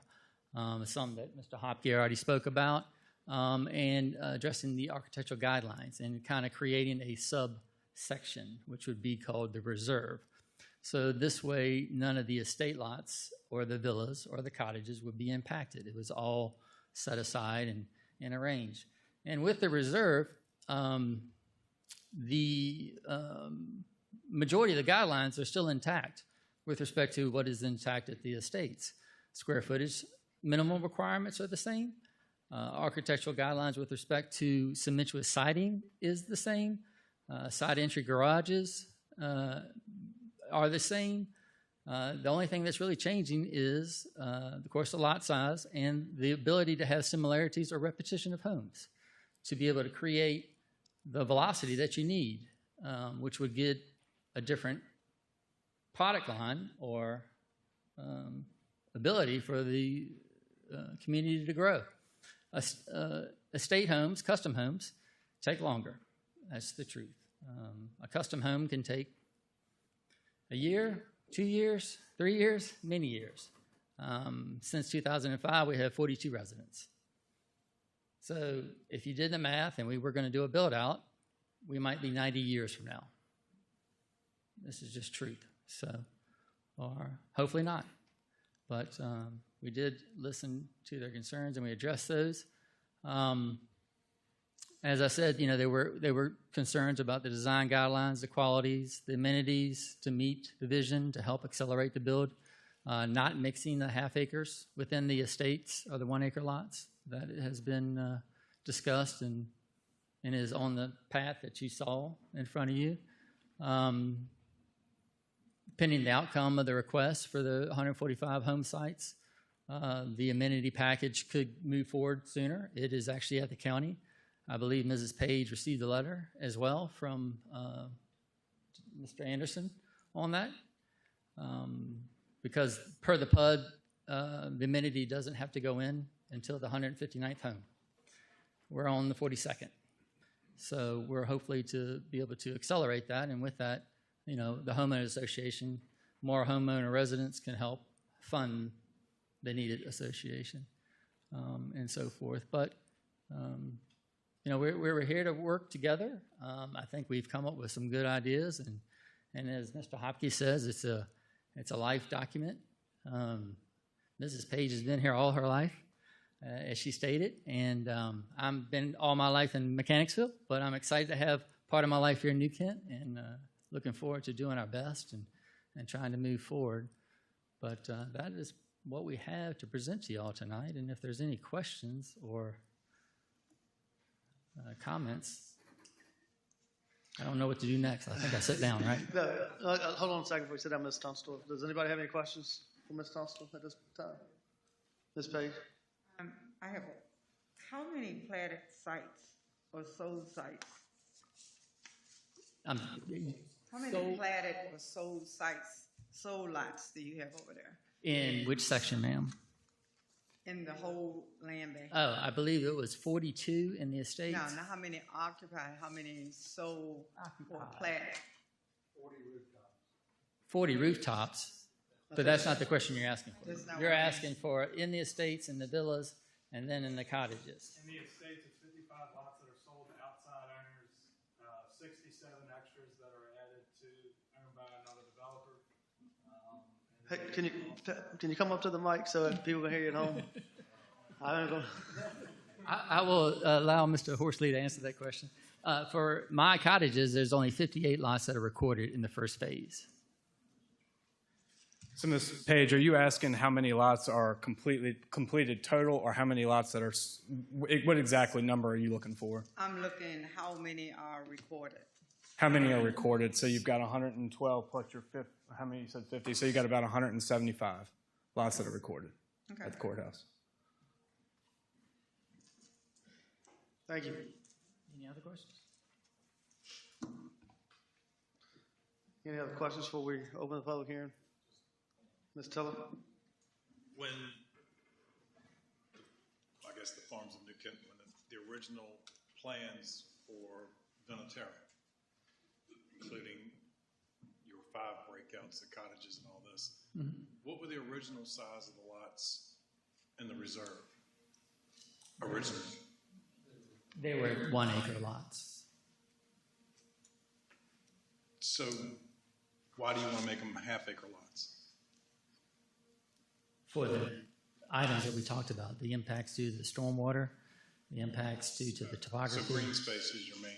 Yes. Okay. Yeah. All right. And there would be a lot of green space left. That Right. Okay. with the RPA nowadays, I'm not allowed to look at it, touch it, even breathe it. Some days I can't. I don't blame you. So, yes, sir. Okay. Anyone else? Thank you, Ms. Sustle. I'm sure we're going to have some more questions after the public hearing. Any questions for the other two presenters? All right, I'll ask for the sign-up sheet.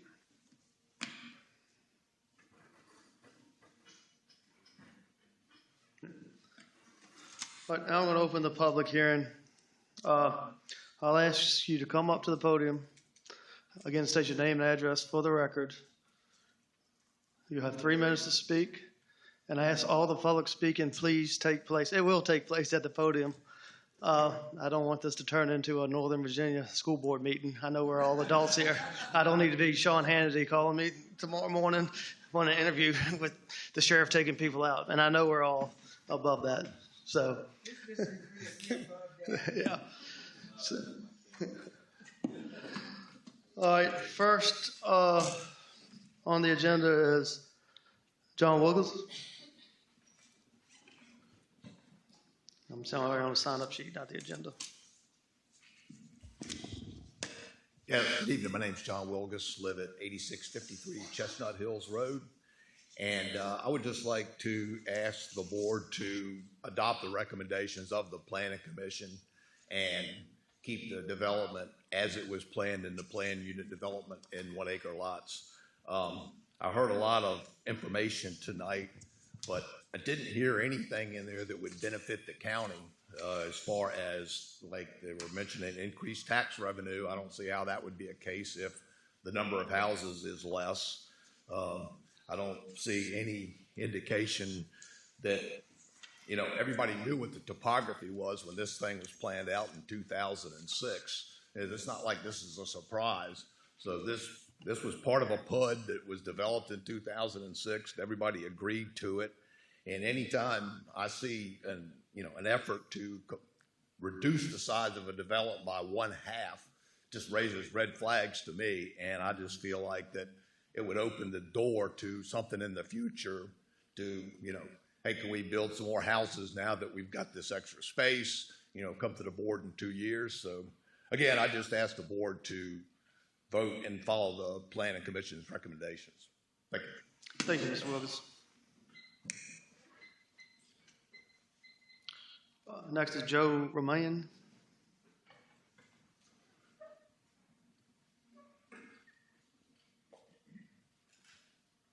My name is Joe Roman. I live at 9226 Angel Share Drive.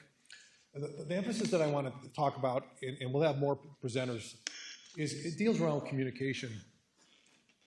It seems like there's been a flurry of information kind of pushed down our throat over the last couple months, asking us to make a decision, a rash decision, without all the facts on the table, making sure they're substantiated, and make sure that people can talk through those and follow through on their recommendations.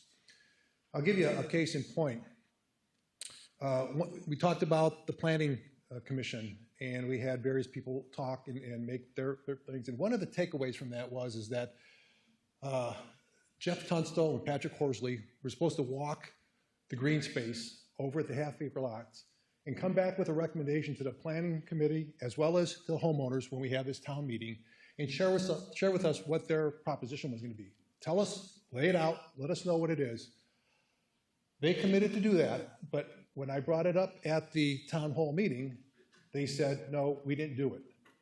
That's just one incident of things that they commit to do and they don't follow up through it. So the homeowners are stepping back and saying, what else is behind the scenes that they haven't shared with us or won't share with us? And as I relate to the communication pieces is that, particularly with COVID, there's been a minimal amount of communication. The HOA Advisory Committee meets apparently on a quarterly basis. They are the liaison between the homeowners and Bonnie Knoll and New Kent Farms, sharing concerns and issues that go up but they never come back down sharing what they decided on doing or how they're going to go about doing it. So the homeowners are left in the dark. And this is incident of what has happened over the last 6 months, that there has been no communications. Now, Bonnie Knoll and New Kent Farms needs us to make a rash decision, okay, because they have investments that they want to maintain. Well, as a homeowner, I don't like to make a decision unless I have all the facts. I'm sure there's full disclosure. In this case, there's constant evidence of them just throwing things down the pike. And an example would be this. When we had that town meeting, we asked for the minutes of that meeting beforehand to make sure that those people who were not present could have that information available and make informed decisions. We were told, no, you can't have that. When they distributed the agenda for after the meeting to let people know what was conducted, it was slanted. It was the agenda that they proposed. It had no interaction of the people who talked on behalf of against the half-acre lots. So it wasn't an educated, informed dialogue. The communication was all one way. And so people who presented on behalf of not having the half-acre lots were not given the opportunity to be shared that information and shared with the residents who weren't present at that meeting. So everything goes out from them, and I'll just wrap it up in saying that everything goes out from them, but again, it's slanted, it's not actual, it's not factual, and when they have to-dos, they don't follow up on it. So again, what is happening down the road over the next 6 to 12 months that we don't know today, that they're going to come back and say, oh, by the way, we want you to do this. So they want us to rush through these decisions. Thank you. Okay, all right. Thank you. Yep. Sorry. Next, Doug Morse.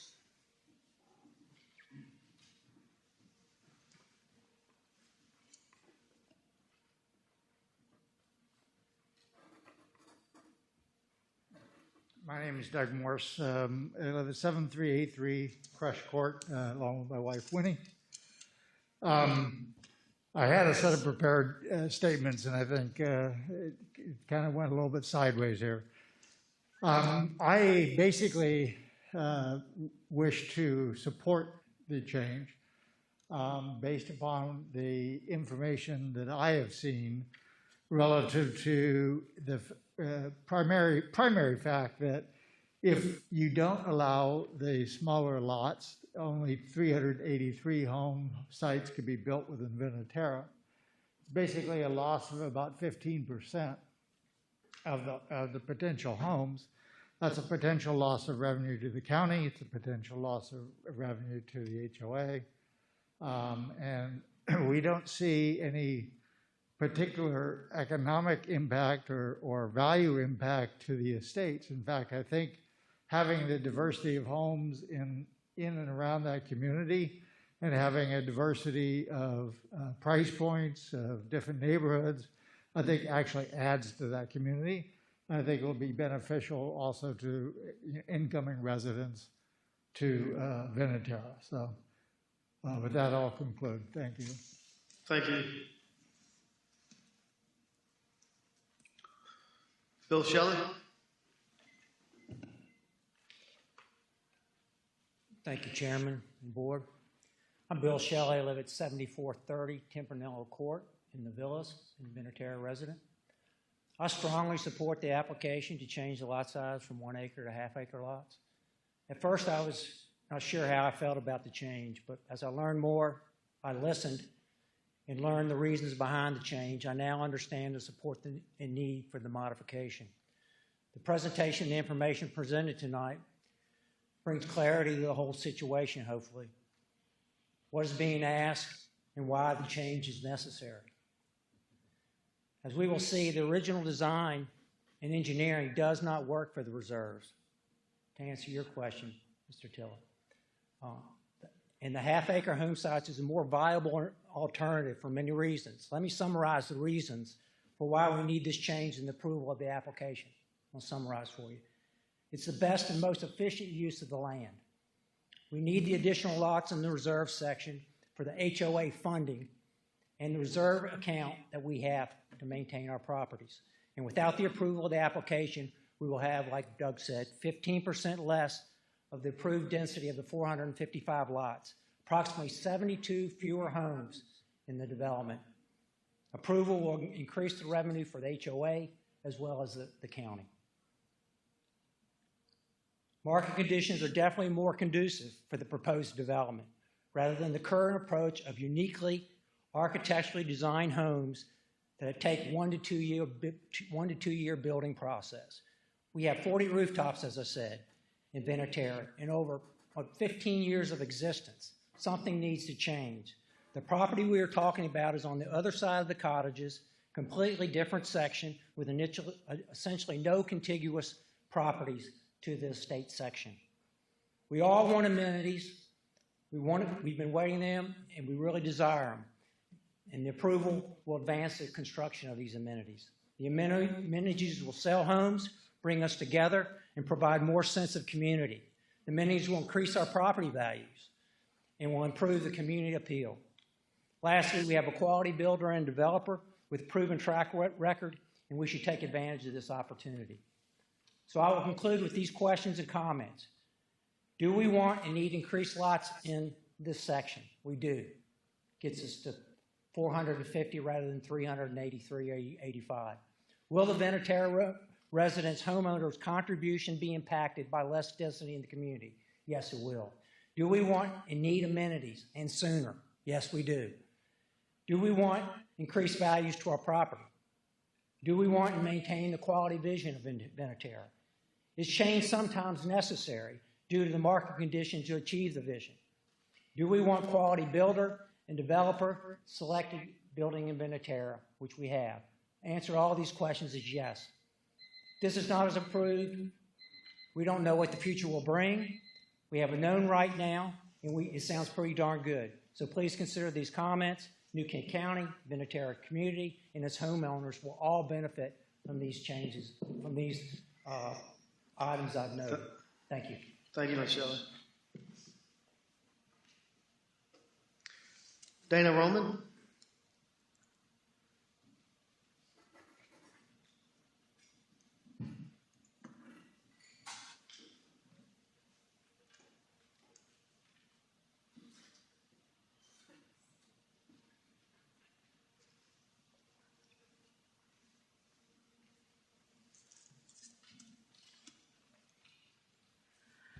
Good evening.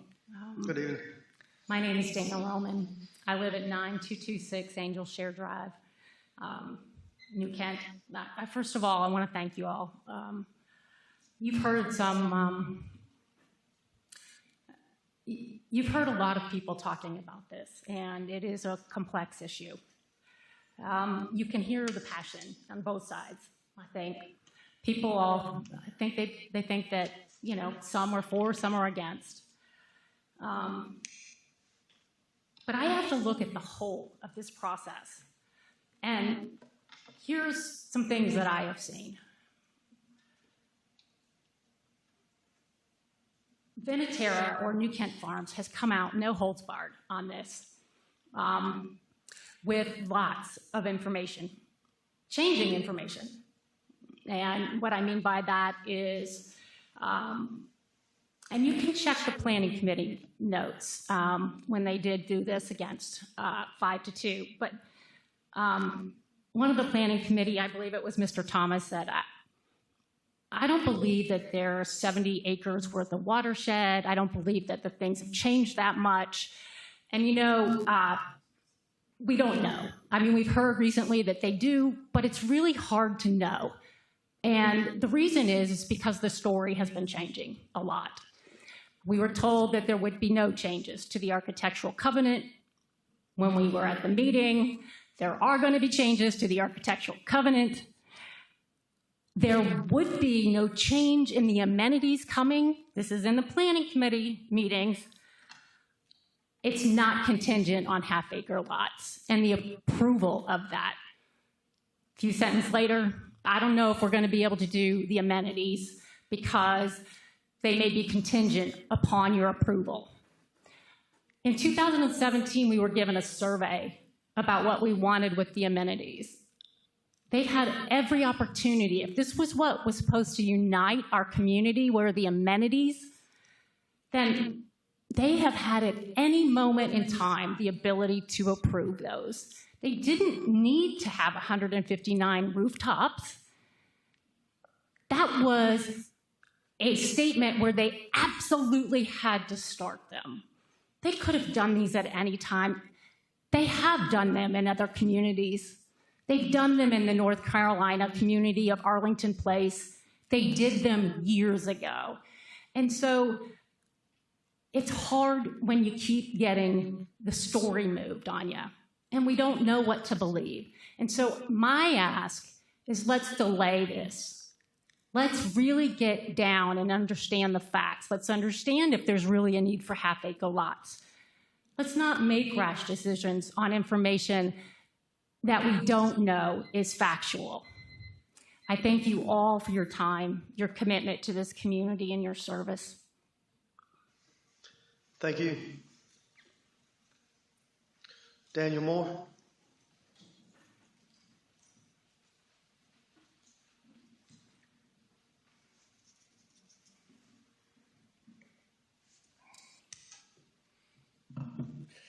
I'm J. Daniel Moore at 7327 Crush Court. I'd first like to thank the Board of Supervisors, the community, the county administrators, Donna Reynolds and Doug Anderson of Bodie Noel, and particularly Pete Johns.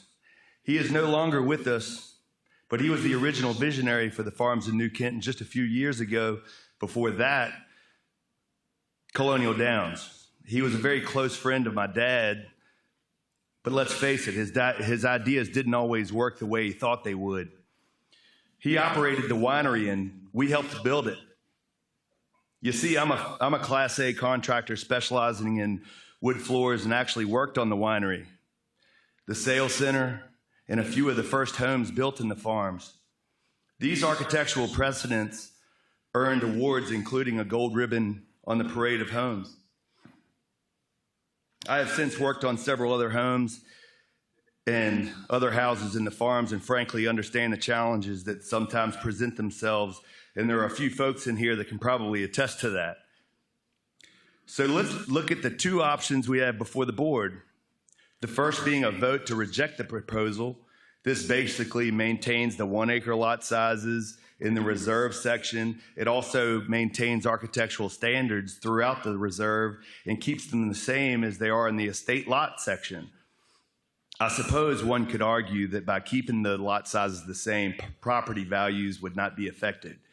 However, the unintended consequence is that as a result, we would not have amenities for decades from now. This seems to me like a no-growth policy, and I do understand some of those concerns. The second option is to approve the Pud Revision, which cuts the lot sizes down to a ½ acre in the reserve area and opens the door to some repetition throughout that area. But it also prevents a more attractive price point for those who don't want a 3,000 to 4,000 square foot house. I think I did hear some clarification about that the house sizes are the same despite the lot footprints being smaller. And it allows for the construction of slightly smaller lots, ½ acre lots versus 1 acre lots. This provides more green space, advances development within the community, increases the tax base in the county, and gets us closer to fulfilling the vision of the late Pete Johns. And while this revision is not perfect, I'd like to quote the great rock and roller Mick Jagger from the Rolling Stones. You can't always get what you want, but you get what you need. Let me finish. My kids have a whole lot of energy. They're bouncing off the walls, and they need to get out of my house. And the pool, clubhouse, and tennis courts gets them there. This is indeed part of the development. Frankly, Hopkey's plans for the pool and clubhouse look fantastic. All right, I got to be fair to everybody. Thank you. Thank you, Mr. Moore.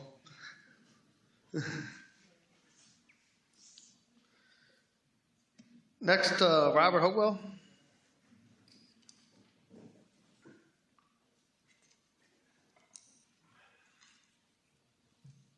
Good evening, Mr. Chairman, Good members evening. of the board, Rodney. My name is Robert W. Hopewell III. I live at 7279 Blanc Street in New Kent, Virginia, in Vinatera. My wife and I have owned our home site, estate home site, since October 2007.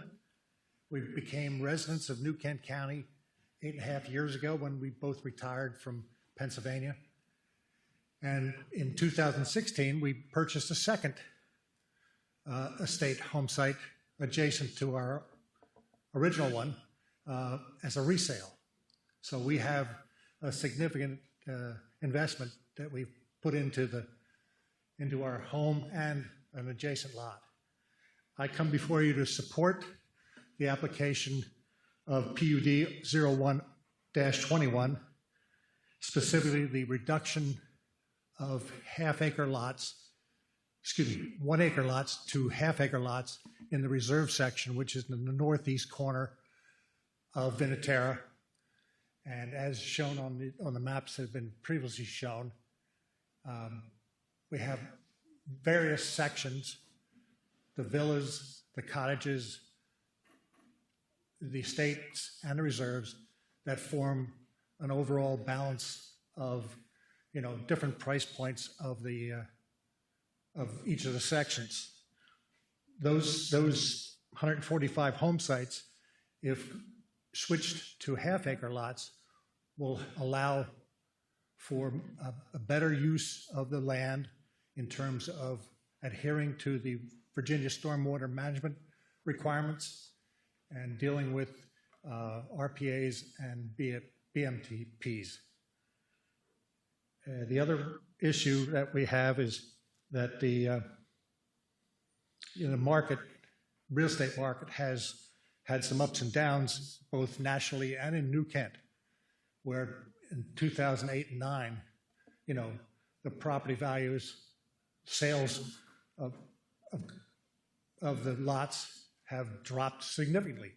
They're coming back, but they haven't come back since before the inception of Vinatera.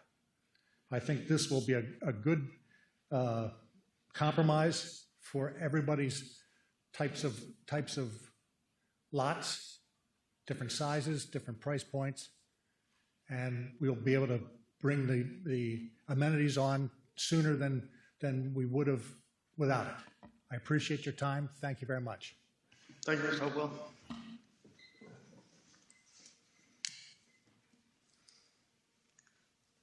William Green.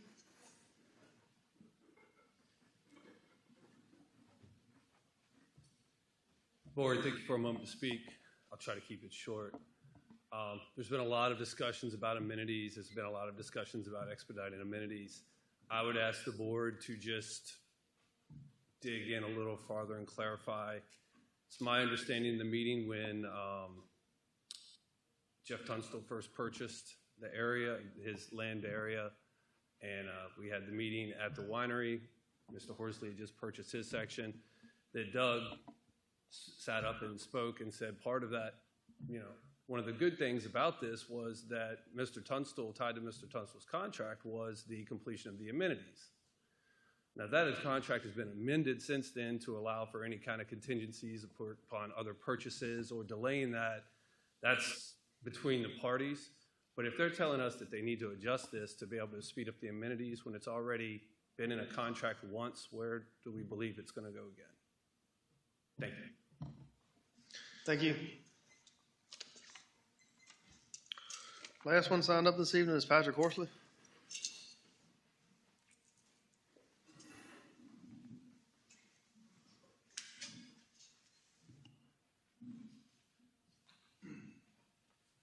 Members of the board, my name is Patrick Horsley, and I'm a resident of Vinatera at 7247 Blanc Street. I am also the managing member of PhD Holdings, LLC, which is the owner of 67 developed lots within the Vinatera estate section. I am here this evening to express my support for the amendment of a certain parcel the developers are calling the reserve at Vinatera, from a minimum of 1-acre lots to a minimum of 1/2-acre lots, which will not be accessed through the current gates of Vinatera. In my opinion, this will only help spur more development in the neighborhood and increase everyone's value. My family and I have lived in Venaterra for close to a decade. What we have learned over the time living and working here is that the pool of buyers that want to build custom on 1+ acre lots and can wait 1 to 2 years for their house to be built has dwindled substantially after the 2008 real estate crisis. We live in an Amazon Now culture. It is my understanding that these homes will be $600,000 to $800,000 semi-custom homes and have the same design standards as the estates, with the caveat of some form of repetition. As a home builder, developer, and real estate agent, I can tell you greater than 90% of people cannot visualize building something completely custom and need some sort of visualization and standard pricing packages to understand what they are receiving. While I appreciate my neighbors' concerns that are against this change, if we continue with this pace of development, I will not see Venaterra built out in my lifetime. Not only will development be slower, but at build-out, we will have close to 70 fewer homes in the development to help with the maintenance of the amenities and the roads. We need to diversify the product offering within Venaterra to help spur the development growth. With this proposal to the county, there will not be any changes to the current estate section, as well as the 2 parcels left to be developed inside the current gates. While many people do not care about the history of the development, I feel that New Kent Farms, LLC should get some notoriety for how they handled the 2008 real estate crash and the 12 years ensuing the crash. While other developers bailed and left developments up to foreclosure, New Kent Farms stayed around and continued to put infrastructure money into the development. They tried and continue to try their hardest to keep this a first-class development in a region, all while still losing over $30 million in the process. They will never recoup their investment, and some people may say that's not their problem. But for a developer to lose that much money and still is willing to put whatever they were able to get out of a parcel of land into a first-class amenity says a lot, in my opinion. I think we need to help them achieve the amount of households approved at the county and not have 70 less home sites within our neighborhood. Yes, things have changed since the original vision, but change is always needed, as no one can predict the future. I feel New Kent Farms LLC is trying to protect and develop all values while strategically adding the diversity, product to the property, and further spur development growth. Thank you for your time. Thank you.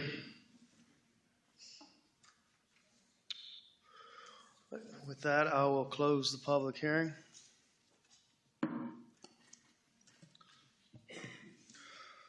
Board members, do you have any comments, questions? Mr. Chair. Ms. Page? I have several things. I didn't think I was going to have them, but I do. One of the things I have is that in the presentation, it said that the stormwater, the stormwater design regulations changed in 2014. I was elected 2015. I think my first board meeting in 2016, I was told that the PUD was mine. And at that time, I know that Venaterra had requested over or close to 500 homes. So I'm still puzzled if the design change, regulations changed in 2014, and you wanted close to 500 houses in 2016, where are we going to put them? That's one thing. The other thing is that I sit and I've listened here. I have numerous meetings with residents for and against this amendment. I would think, and it brings to mind when I heard today another community that we have in New Kent.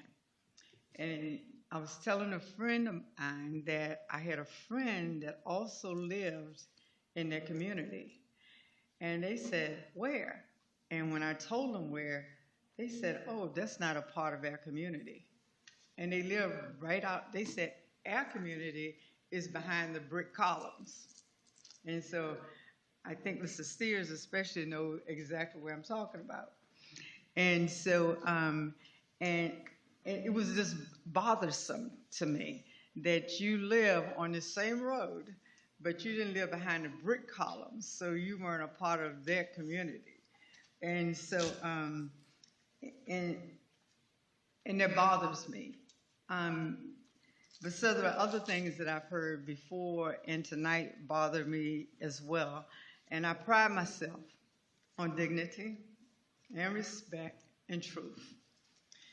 And I pride myself on listening and hearing and praying. And I would ask if none of my other board members have any comments, Mr. Chair. And Mr. Lockwood probably does. But I would like to make a motion after Mr. Lockwood, and probably Mr. Steers and Mr. Tiller and the rest of the board. But I would say this. I would say that when I look at communities, this amenity is driving me crazy. So if you wanted to display a prestigious, and I'm telling you, in New Kent, Ventura is known as a prestigious land bank. They don't even say land bank. They say subdivision. They don't even know you're a land bank. I mean prestigious when they talk about Ventura. I mean, I probably had people that want to ride through just to look at some of the houses over there. I would think that your amenities would absolutely be a point of sale, whether you had 140 houses or if you have 40 houses or if you have 4 houses. That would be one of the things that you showed that they would get along with their golf course. Because we have people that swim that don't play golf. We got people that exercise. That wouldn't be me, but that don't play golf. And so it's just so much about that. But I'll let the other board members have their say. Thank you, Ms. Page. Mr. Lockwood? Oh. Thank you, Mr. Chairman. Before we came tonight, I was kind of keeping score on the emails that I received. And it was about, I apparently didn't get as many as some of the other board members, but I did get enough. You want mine? No, that's quite all right. And before this evening, the score was about a 4-1. The 1 being for the change, adopting the resolution, and the 4 being against the. It was significantly higher than that, but just averaging it down, that's about where we were. Tonight, I'm sitting here going 5-4, 5 for it and 4 against it. So you're still not quite there yet. But I was also kind of writing down some words as people were speaking that were asking us to not adopt it, and it came across kind of universally in the emails as well. The communication was poor, being asked to make a rash decision, the story keeps moving, and a lack of trust. And the people that were for it were more for it on a technical sense of, this is the benefit and this is the reward and all that. So I would say a lot of folks haven't been sold on it, and a lot of folks that haven't been sold on it didn't come out and totally opposed to it. They just wanted clarification. They wanted things to be nailed down and more clearly defined. The amenities came up frequently, and I think that it would be in everybody's best interest to do a better job of defining how you're going to get to where you need to be and meeting the needs of the community. I personally am not opposed to it either way. It doesn't affect me much at all, but it does affect a lot of folks that invested a lot of money in their homes. It does affect a lot of people that have waited a long time for some amenities. And maybe I'm just going to throw it out there, maybe as a suggestion, reduce the number of rooftops for the required amenities so that people feel like they're getting something of a reward for the difference in lot size, and maybe expedite the process. I agree with Ms. Page. If you had those amenities there, I think it would certainly make it an easier sell as opposed to what might be coming. And I will end my comments with that because, as you can see, we get more than 3 minutes sometimes. Thank you, Ms. Lockwood. And just for the record, we did get this evening a petition of over 30 signatures for, I think we all got a copy of this, right, Ms.? So I just wanted to let that be known for the record. Mr. Steers? Thank you, Mr. Chairman. First of all, I want you to know that as a photographer, I photographed Patrick Horsley's 18th birthday party. And I have always supported Benaterra. I've supported Benaterra and all entities over there when other board members haven't. But I do have some concerns. And what I would like to say is that I don't keep up with scores. I go with gut feeling. And when people pour out their heart to you and they tell you they've spent their life savings, what about those people who were told up front that all the lots in Ventura Estates would be 1 acre, and they bought in there? All the homes would be custom-built homes, and they bought in there. Only the villas will be less than a half acre, and they bought in there. And now all that's changing. So what about their investment that they put up? Since Mr. Evelyn mentioned about the petition that was signed, I read the petition too, and it states in there, it states cutting the 1 acre to half acre lot, 1 to half acre lots, but it says nothing in there about production homes and no custom homes. Why is that not on there? Maybe y'all can answer that. And I agree with one of the gentlemen that spoke. You know, if there are lots that are too steep, if there are lots that have environmental restrictions, go out there, pick out those lots, and set them aside. I don't think that justifies going through the entire neighborhood and cutting all of them in half. That's just my opinion, and I don't live in Benaterra. I know some people that live in Benaterra, and I think you're all great people. And it's tough sitting up here to make this decision. I hope you know that. But I look at developers. We've had developers in the past that halfway through the development, they want to change horses in midstream. We recently had, maybe in the past 3 years, a developer who built lots, and people invested $400,000, $500,000 on homes, and he had about 50 lots left, and he wanted to build a 56-unit apartment complex. Now, I know that's going to the extreme compared to what they're proposing to do with Benaterra, but it's on the same plan of changing horses in midstream. And you know, I know if I had spent that kind of money, knowing that I bought into that community, being told that, you know, there'd be custom-built homes, every home would be different, I would be upset. Thank you.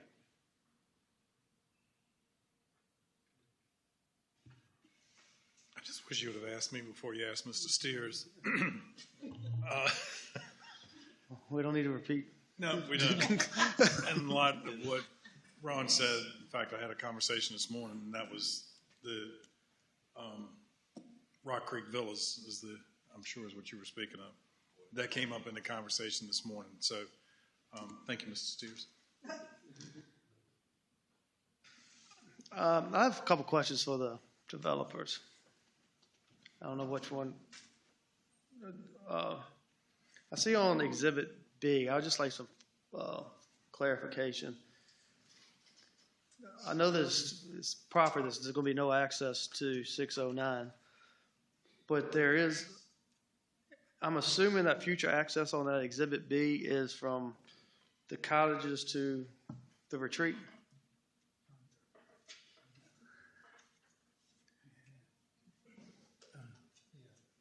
The intent is basically just like we've done in some of the other places, is have not an access point, but an emergency access point that the fire department has keys to the gate, and so that during an Can you, emergency. to the mic? Yeah, the intent of that, because there's always been this discussion of not having access through onto the road there that you're talking about. What is proposed is to have a locked gate there, just like has been done in some of the other subdivisions there, that the fire department has emergency access to the property. That's not what I was told was going to happen. I know what you all, I can understand what each side, I can see both sides of the story, but I'm sitting there meeting with people, and the fire department said they did not need that access. And to me, in 10 years down the road, that could be future access. That was a big proffer that there was not going to be any access on 609. So 10 years from now, you all can come back. Mr. Steers can tell you in his district, there's an emergency entrance on Mount Pleasant Road. That stays open all the time. We put it in a couple, all I can say is we put it in a couple places. Our understanding was that the sheriff and the... No, I spoke with the sheriff and the fire chief. And we've talked to planning. If that's taken out, that's fine. That's not a problem. It's just that we've been working with what we thought was everybody, and especially in the planning group. So that was the reason for it. But it only is supposed to be an emergency access. And we've done that. That's the trust part that really gets to me. Can I respond or add to what he said? The neighborhood he's talking about is Brickshire, and they have the same thing. Well, we have one in Land Bay 4. Okay, but they were told that they would have egress for emergency only, and it would be locked, and only the fire department or the sheriff's department would have a key to it, which I think is ridiculous to begin with. You know, I mean, if there's an explosion at the entrance and you need to get out, how's the sheriff going to get to you? How's a fire truck going to come to bring you keys to unlock a gate if there's a major explosion at the main entrance? I mean, that makes no sense. But to just let you know, that was proposed. Now it is a beautiful driveway. It's got better aggregate driveways than most homes in Brickshire. So all I can say that is change. That's what we've done in I know, Land and I Bay appreciate 4. what you're saying. But you have an emergency exit on up there. I mean, the access is not that far. I mean, but that's the only access that was planned on. You have access right there on Angel's Share, and you have access, emergency access up off of Old Church. So you have 3 accesses.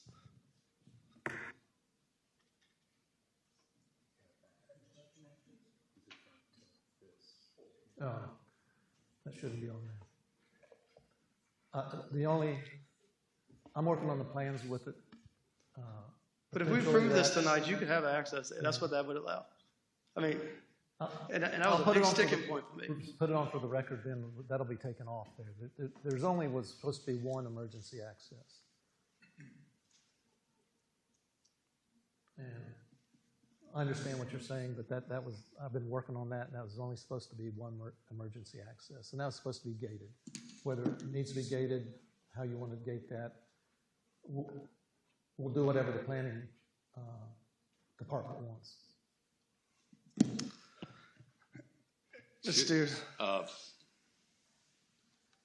Should this petition that was sent around, should there have been an addition on there stating that on these half-acre lots there will be no custom-built homes? See, I think that's what a lot of people are trying to get to in here. There's just a lot of uncertainty, or, you know, it's not just plain black and white. Understood. Thank you, sir. Make sure. Sorry. Apologize. Should there not be custom homes? Is that what you No, I was told there would not be custom homes. Be semi-custom or personalized or custom. thing like that. Custom. I mean, Yeah, there's a difference between a custom home and a semi-custom. Yeah, but, I mean, You're a this- builder, you know. Yes, sir. This petition was passed around after our town hall meeting and after us working on the new guidelines and presenting that with the ARC and working on that. So Weren't there some concerns from some of the residents? I can't speak for the residents. So I can't speak for the ones that signed it. The date of this is September 28th, 2021. I'm going to hold, we've had public comment.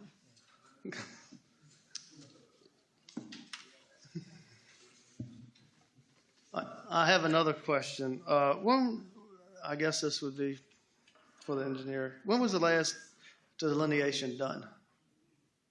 Is it up to date? The last, right now it's up to date. Is it certified by the Corps? By the Corps. It is? There is a new one that's going to be required next year, early, like March. So we plan on redelineating, having the Corps look at it this December, January timeframe. We've done that for the other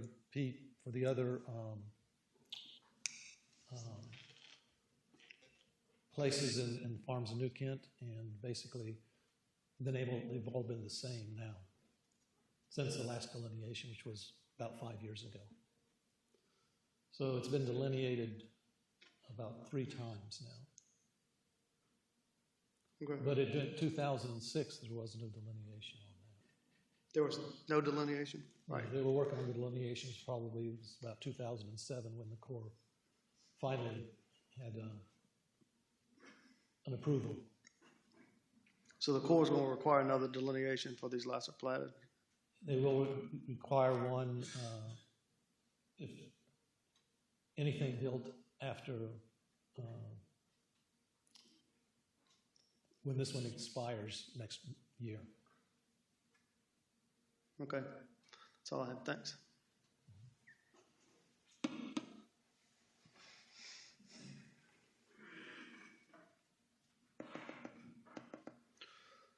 Anybody else? So, Mr. Chairman. Yes, ma'am. So I received a letter, and the letter basically put on the Board of Supervisors that the amenities in Venator were based on our decision to approve half-acre lots, 145 of them, in Venator. Also, the amenities are based on if Reese Brooks Land Company closes on the lots. And then the amenities would be the swimming pool with lap lanes and a waiting area and 2 tennis courts and 2 pickleball courts and a clubhouse and a fitness center. But it also says that they have plans, and I know the plans were received in our planning department around May the 12th. I do know that the planning department had comments ready and sent out a letter in July requesting comments.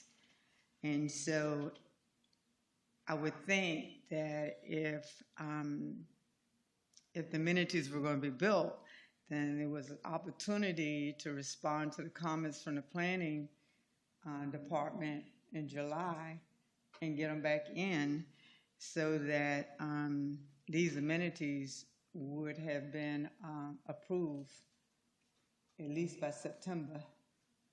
And it also went on to say that if it's approved and if it's purchased, then enclosed, that the amenities expect to be completed by the summer of 2023. And that's if we don't have a shortage of supply during the pandemic. And it's just a whole lot of ifs. It's not a commitment, it's an if. It's not a guarantee, it's an if. And so my if becomes, if the houses are sold, then it will be more people paying into the HOA to help reduce the cost of the HOA, if. But through the PUD for Ventura and the letters that I have received and some of the things I've read, is if, is maybe, and it might be. So you want me to make a decision, you want us to make a decision, a definite decision, but you want our decision to be definite and everything else becomes if. So if we vote to approve this, but if Reese Brooks doesn't close on it, then what happens to the amenities?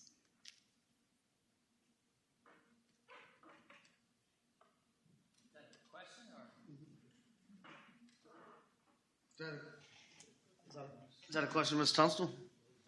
I don't know. Nobody can figure out the answer, I guess. Doug Anderson, representative developer, New Kent Farms LLC. It's simply money. When you're building 4 homes a year for 15 years, you don't accumulate any money to build the amenities. We have a contract now with Reese Brooks to give us the funds to build the amenities, which I believe the planning staff would say are broader and a grander scale than required by the PUD. And we're quite happy and want to do that very much. But without the cash, just like I don't believe you want to commit to a new school, things without a means to pay for it, we have that same situation. So, I mean, it's a commitment if those things happen. You all control the first part of it. We had 3 letters of intent, with which we took Reese Brooks because he's closed 2 other transactions with us, all very successfully. And so, we have a contract with him to close this one, but it's subject to the 145 lots. But, we'll go look for another developer if, per chance, Mr. Brooks, we think we brought the ideal builder. He's, in the last 10 years, he's been awarded the Builder of the Year in the Richmond area for six times. Quality builder. He builds custom homes as well as customized homes. So we think we're bringing a great builder. We've offered amenities in a grander scale than we're required by the PUD. We're willing to do it next year if these 2 conditions are met. That's simply it, and we're happy to do it. We'd like to do it. Thank you. But it takes money.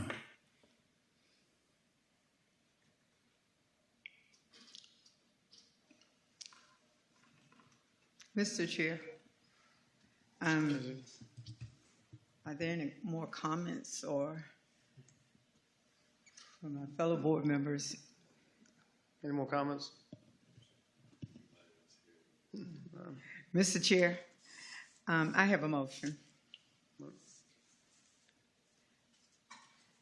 I would move to defer the Farms of New Kent LLC proposed amendment for the Farms of New Kent PUD ordinance for Land Bay 1, ordinance 0-33-21. Ms. Page has a motion on the table. Is there any discussion? Ms. Watkins, we poll the members. Mr. Steers? Aye. Mr. Lockwood? Aye. Mr. Tiller? Aye. Ms. Page? Aye. And Mr. Evelyn? Aye. Motion to defer is approved. Thanks, everyone. Our next item is the elected officials reports. I'll give everybody a couple of minutes so they want to get out.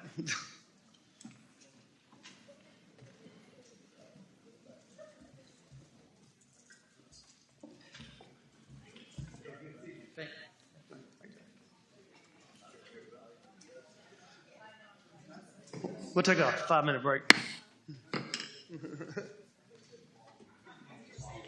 Recess.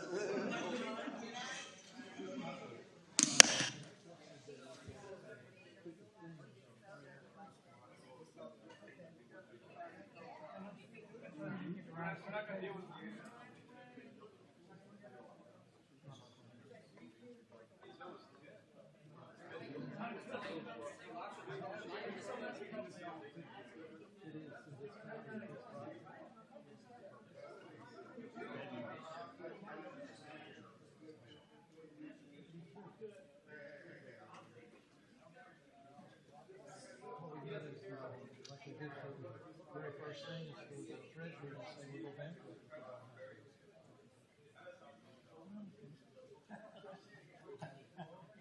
Hey, Carl. Thanks for coming. Thank you. We wanted to too. Yeah, I don't know what else they're going to learn between now and the month. The problem is you guys don't have to build the amenity until there's 159 lots. And we would like to do it. I know. Well, plus, if you do it, it helps sell units. We, We vote. yeah. And it takes cash to build it, which apparently nobody appreciates. And maybe we made a mistake. We built a golf course and a winery. Day one, maybe we should have built a swimming pool. But that's That stupid recession in 2008. you're right. I'm sorry. I wanted you guys to get it. I think the amenities would be really good in terms of We like to do it'll it. help you and help us. Tell everybody in the neighborhood. You know, there are a lot of hard feelings.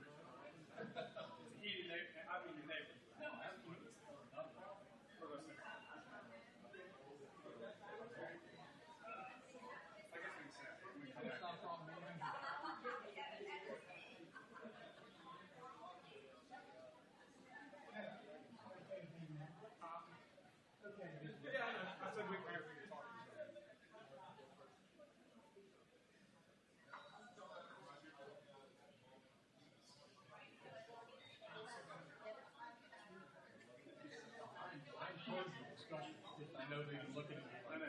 We want to get. Yes, sir.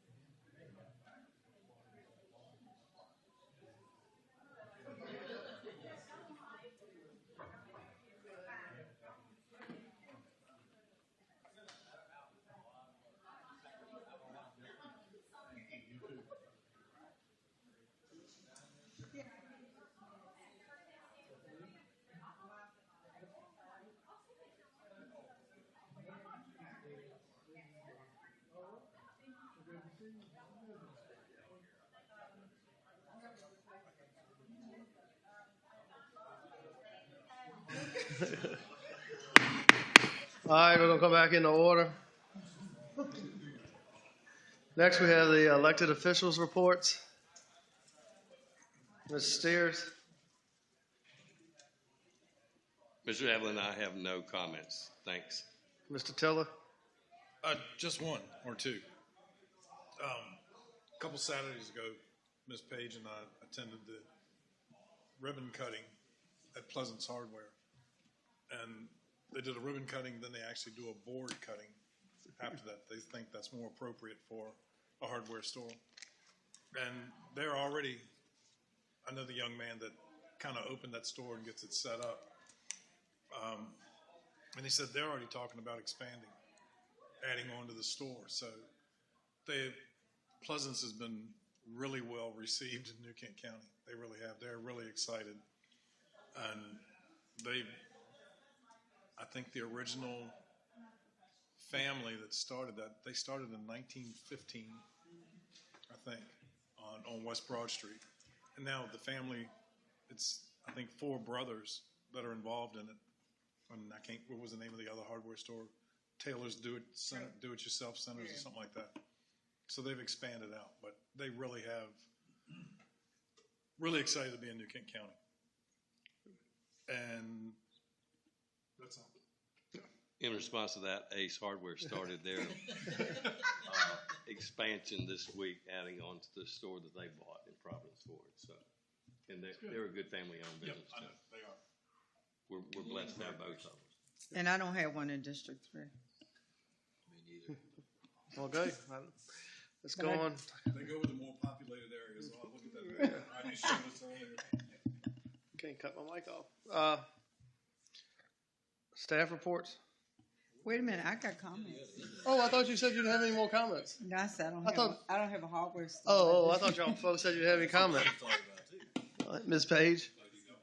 Okay. I have several things. Pound Fork Park is having their fall festival Friday from 4 o'clock to 7 o'clock.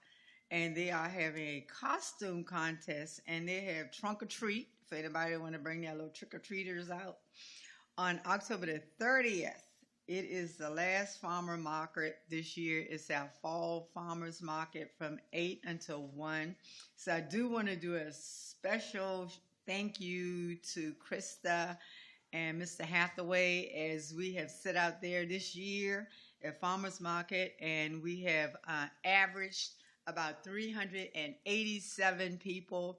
Our last one in September, we have 478 people. And so we're a little down from where we started, but we're getting back in our groove for next year. And so, but just to have that many regular customers that come out and just enjoy and all the positive comments about Farmers Market, it is truly a gathering place. And so I know Krista and Mr. Hathaway work all week long, and then they are out there at 6:30. Well, not Krista at 6:30, but Mr. Hathaway at 6 or 6:30. And Krista, she comes on in at 7, though, bless her heart. And so just to be out there committed until 12 and 1 o'clock on a Saturday, every Saturday. And we've done it in the cold, in the rain, and in the hot sunshine. So thank you for that. So, and then we have Food Line, which I share on the other half of Airport Road. Their goal is to open on the 23rd of October. Their parking lot is full of people in there trying to merchandise to get their store up.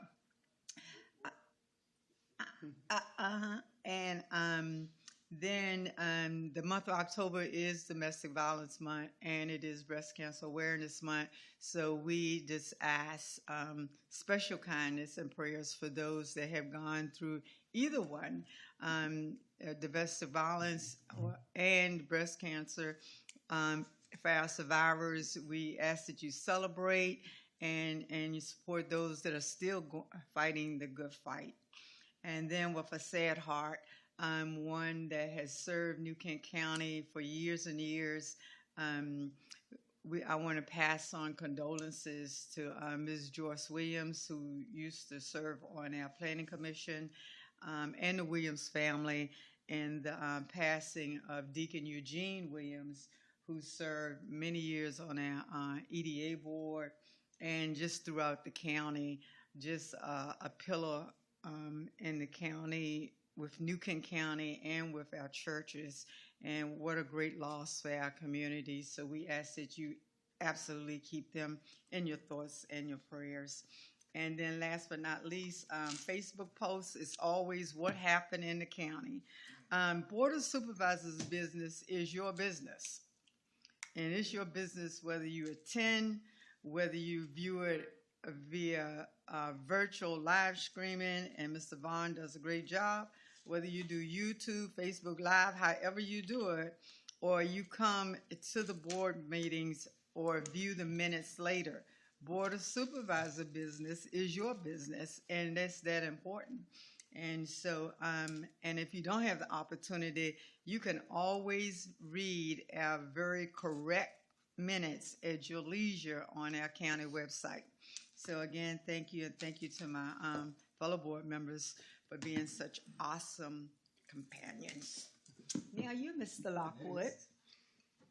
Well, just in that same vein almost, as a sense of community and a sense of serving the community, I had the pleasure this past weekend of attending the Proclaiming Grace Outreach volunteer appreciation picnic, and there was a whole lot of folks there that have been working with PGO in different realms.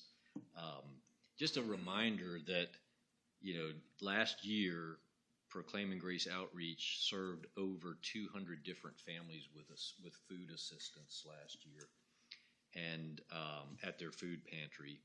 And everything that Proclaiming Grace does in the community is from the community.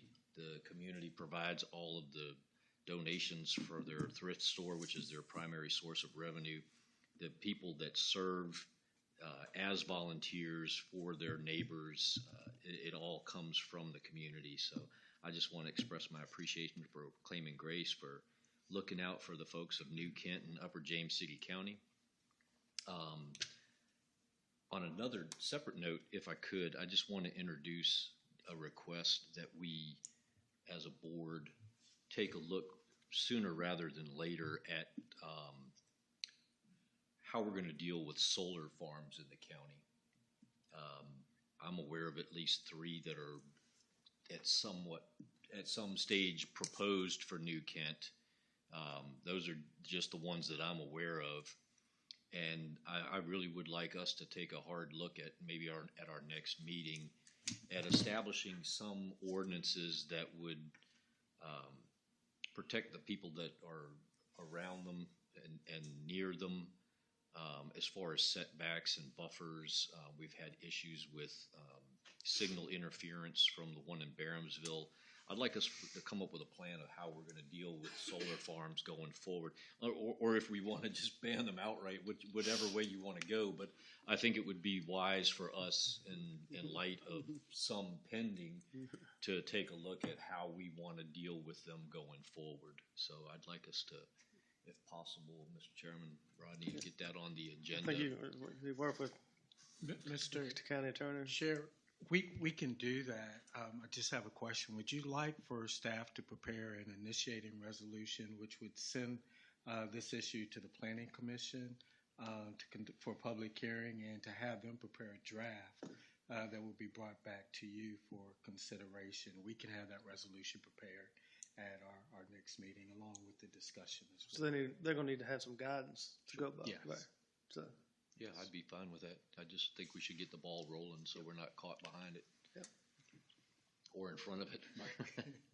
And the only other thing I just had on my list of things to do, Rodney, or Mr. Hathaway, excuse me, if you could send me the actual RFP that went out for broadband. I've got the draft, but I'd like to take a look and see it, you know, that we covered all the things that we had discussed at the last meeting as well. And that's all I've got. Thank you, Ms. Lockwood. Speaking of solar, there is a meeting tomorrow night at Quinton Community Center at 6 o'clock. There's a proposed solar farm, 15 acres off of Hopewell Road. And I really just found out about last week. The solar company has been working with the neighbors around there, and they've been the ones that were given the information and were invited to this meeting. And I was just invited a few days ago, but it's no application has been filed yet. So if it does, I will keep the public informed if that moves forward or not. And also on November 5th, the New Kent Education Foundation is hosting their annual bowl-a-thon. That's their biggest fundraiser. It goes to scholarships for New Kent seniors. It goes for additional funding for teachers to do different projects and get different resources that the school board cannot provide for them. So it's on November 5th. If you have some extra time and you want to come bowl down at Hanover Lanes, we'd love to have you there. You can go to the New Kent Education website and fill out an application. If not, you can go out there and donate a little money to the cause. And that's all I have. All right, staff reports. I'd just like to add one more upcoming event. On October 23rd, the Sheriff's Office will be hosting a National Drug Take Back event from 10 a.m. to 2 p.m. That's all I have. Thank you, Mr. Hathaway. Any other business? Or any other staff reports? All right, appointments not delegated by district. You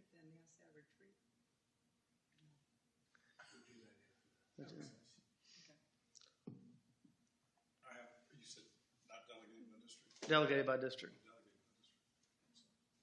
Mr. Sears? I have none. Mr. Teller? No, sir.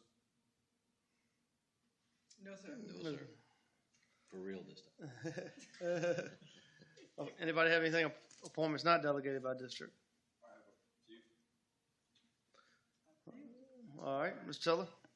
I move to appoint Alexius Sarquois as a youth member of the New Kent County Youth Community Service Committee to serve a one-year term ending December 31st, 2021. Move to appoint Adele Sarquois as a youth member of the New Kent County Youth Community Service Committee to serve a one-year term ending December 31st, 2021. Just ask Ms. Watkins how it will. Move to appoint Derek Fallon as a youth member of the New Kent County Youth Community Service Committee to serve a one-year term ending December 31st, 2021. Yeah, but I haven't interviewed the kids, so I would like to follow up. Okay. I don't even know who it is. I have some. Ms. Page? I move to appoint Lynn Berlinski as a member of the Airport Advisory Commission to serve a four-year term beginning January 1st, 2021, ending December 31st, 2024. And are you going to do Sandy? Go ahead. Okay. I move to appoint Sandy Burville as a private service provider representative to the Community Policy Management Team to complete a two-year term ending June 30th, 2022. All right. Any other? If none, Ms. Watkins, poll the members on the appointments, please. Mr. Lockwood? Aye. Mr. Tiller? Aye. Ms. Page? Aye. Mr. Steers? Aye. And Mr. Evelyn? Aye. I believe we have a presentation by the sheriff. Can I say one thing? Yeah. Early. Next Friday, I believe is the 22nd. There's a golf tournament at Brookwood. It's called Glitter on the Green. And it's, I don't know if y'all remember Bert Bates, the pilot. His wife has started a foundation, and she said, I started a foundation and started up a golf tournament. So they still have some spots for some teams that are open. And she said if you just wanted to show up and help, that was always an option as well. So just, and it's going to help support families of fallen officers. So if it's, can't play, can't be there, make a donation. And when is it? Next Friday, the 22nd. Thank you, Mr. Chairman. Yes, sir. Sheriff?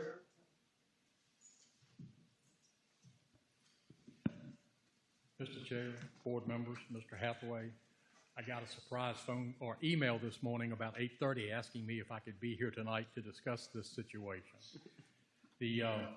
As you may know, the General Assembly put in their budget at the request of the Virginia Compensation Board one-time bonuses for sworn sheriff's members. That amount would be $3,000 per sworn member funded through the Compensation Board. In New Kent, that would be 16 positions. So that would be about right at $48,000, at $3,000 per person. The problem I have is I have 41 sworn positions. 2 of those at this point right now are not filled. If they are filled prior to the inception of the General Assembly enacted bonus, they would be eligible for that $3,000. To cover the full 41 full-time sworn positions, it would cost the county $75,000. My dilemma is we have asked the Compensation Board to take a look at their rulings. Could we take the $48,000 pot that they are assigning to New Kent Sheriff's Office and divide that amongst all of our sworn members, to be fair, so that everyone had the opportunity? Because no one deserves it any more than the next person. Everyone carried their weight, continues to carry, and this is, my understanding is this is coming from the funds from the, I don't know the acronym, but through the COVID relief monies. They said we could not do that, that by statute, it had to go to the individual deputies, the people who filled Compensation Board positions. We asked if we could turn it down. They said, because it's by statute, you could not turn it down. That if we did turn it down, it would impact us on future requests for additional funding for personnel. There's always a strain. I am here asking for your consideration to allow our office a $3,000 one-time bonus for all 41 of the sworn positions. I do want to say I understand the predicament you're in. I understand it thoroughly, and I feel like, and I probably should not say this in public, but I feel like it was done purposely to put a wedge between law enforcement, those that are sworn and are being paid by the Compensation Board, and those who are not, so that if a portion got the $3,000 one-time bonus, they would be upset, concerned, unhappy with the ones that did. And I honestly believe it's probably done with the purpose of driving a wedge between the local sheriffs and the local Board of Supervisors. Because across the state, we're having to go to our local boards to ask that they supplement these positions so that it's fair, it's equitable, and it's across the board. I will tell you that I'm proud to say I got a figure from our finance manager as to what we turned in from last year's fiscal budget as of June 30th, and we returned to the county in excess of $600,000 from our budget.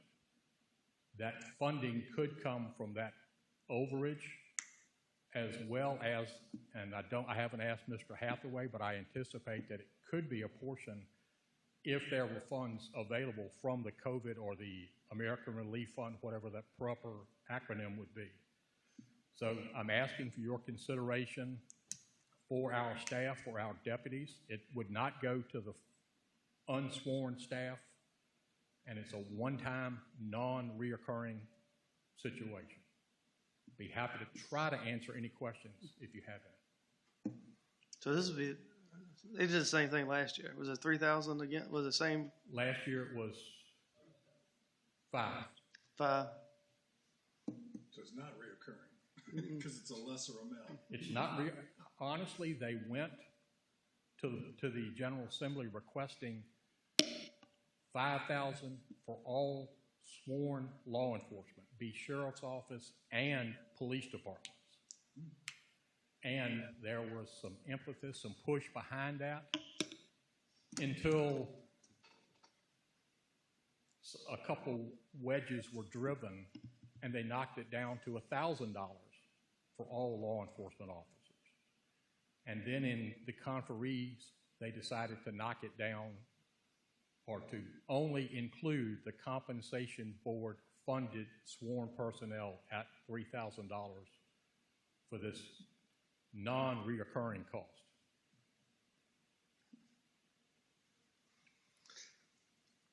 Anybody got any questions for the sheriff? So what's the total number that we would be? The total number, right, I have 69, but we would have to add 6 to that. So if my math is correct, that's 75,000. Well, I have a slightly different number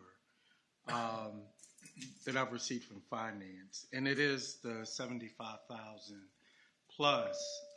What they've done is they've added the cost of FICA and workman's comp to that, which would need to be calculated with the bonus.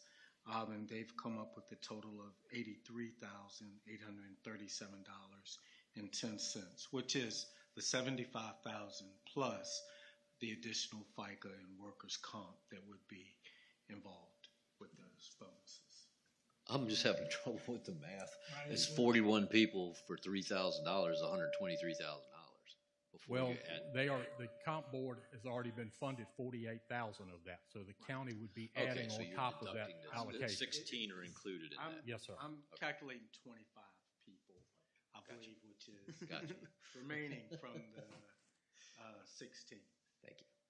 25. Right. And I will say 2 of those positions are currently vacant, and if they're not filled in time, then you would deduct that amount. So it could be actually less. But When is the decision to be made by? The comp board and what was passed by the General Assembly requires us to pay the bonuses out by the end of November.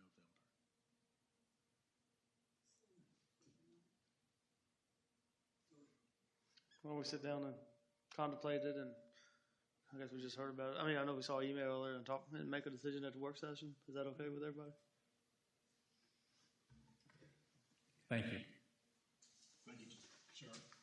Thanks, Sheriff. Thanks, General Assembly. I just think that it is because not only the thing that I've talked to legislators about, it's not only just the sheriff's department with this. They do the same thing with school teachers. They give them an increase, but they don't give all of them the increase. So then it's like, so what happens to everybody else? So that's when we get the school board saying, well, you know, the teachers need this much of an increase, and it's because the state is not, they're sending down mandates, but they're not sending down the funding with the mandates. Unfunded mandate, yeah. Yeah, unfunded mandates. And so therefore, and they don't care about morale. I mean, it's not just, really, it's not just the sheriff's department, the board of supervisors, or the police department and city council. It becomes really the sheriff's department and county employees as a whole.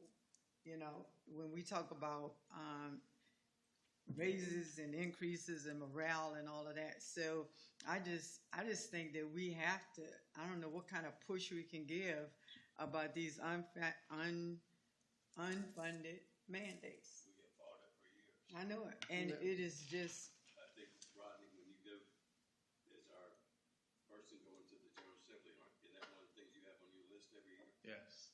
Those unfunded mandates. Well, the thing is, they don't consider this a mandate. They're not saying we have to give everybody a bonus. They're Right. just saying who they're going to give the bonus to. Mhm. So they're not giving us an unfunded mandate in their world. Mhm. They're saying that, well, if you want everybody to be equal, that's on you. Yeah. You know, we're going to take the We people really that don't care we're if they're able or responsible not. for and give them a bonus, and what you do with your other employees is up to you.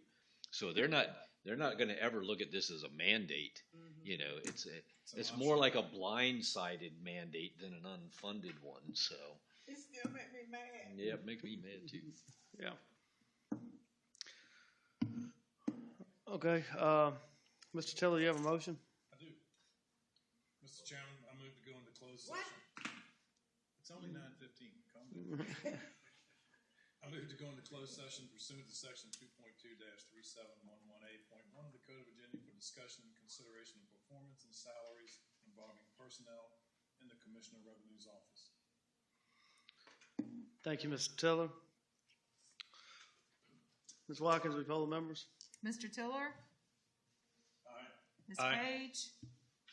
Mr. Steers? Aye. Mr. Lockwood? Aye. And Mr. Evelyn? Aye. So when we come out, we will not be conducting any business. So the next regularly scheduled meeting of the Board of Supervisors will be held at 6 p.m. on Tuesday, October 12th, 2021, and the next work session will be held at 9 a.m. on Wednesday, September 29th, both in the boardroom of the County Administration Building. The board will also participate in a joint meeting with the planning oh, I'm at the wrong one. How many meetings you want to go to now?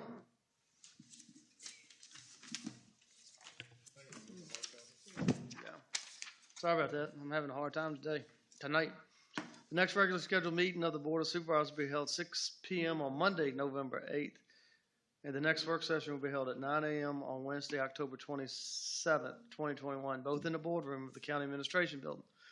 The board will also meet for a budget retreat at 9 a.m. on Friday, October 29, 2021, at the New Kent Forestry Center, 11301 Pocahontas Trail, Providence Forge. All right, with that, like I said, we'll not be conducting any business after we come out of closed session, so have a good evening. No, we got Brendan.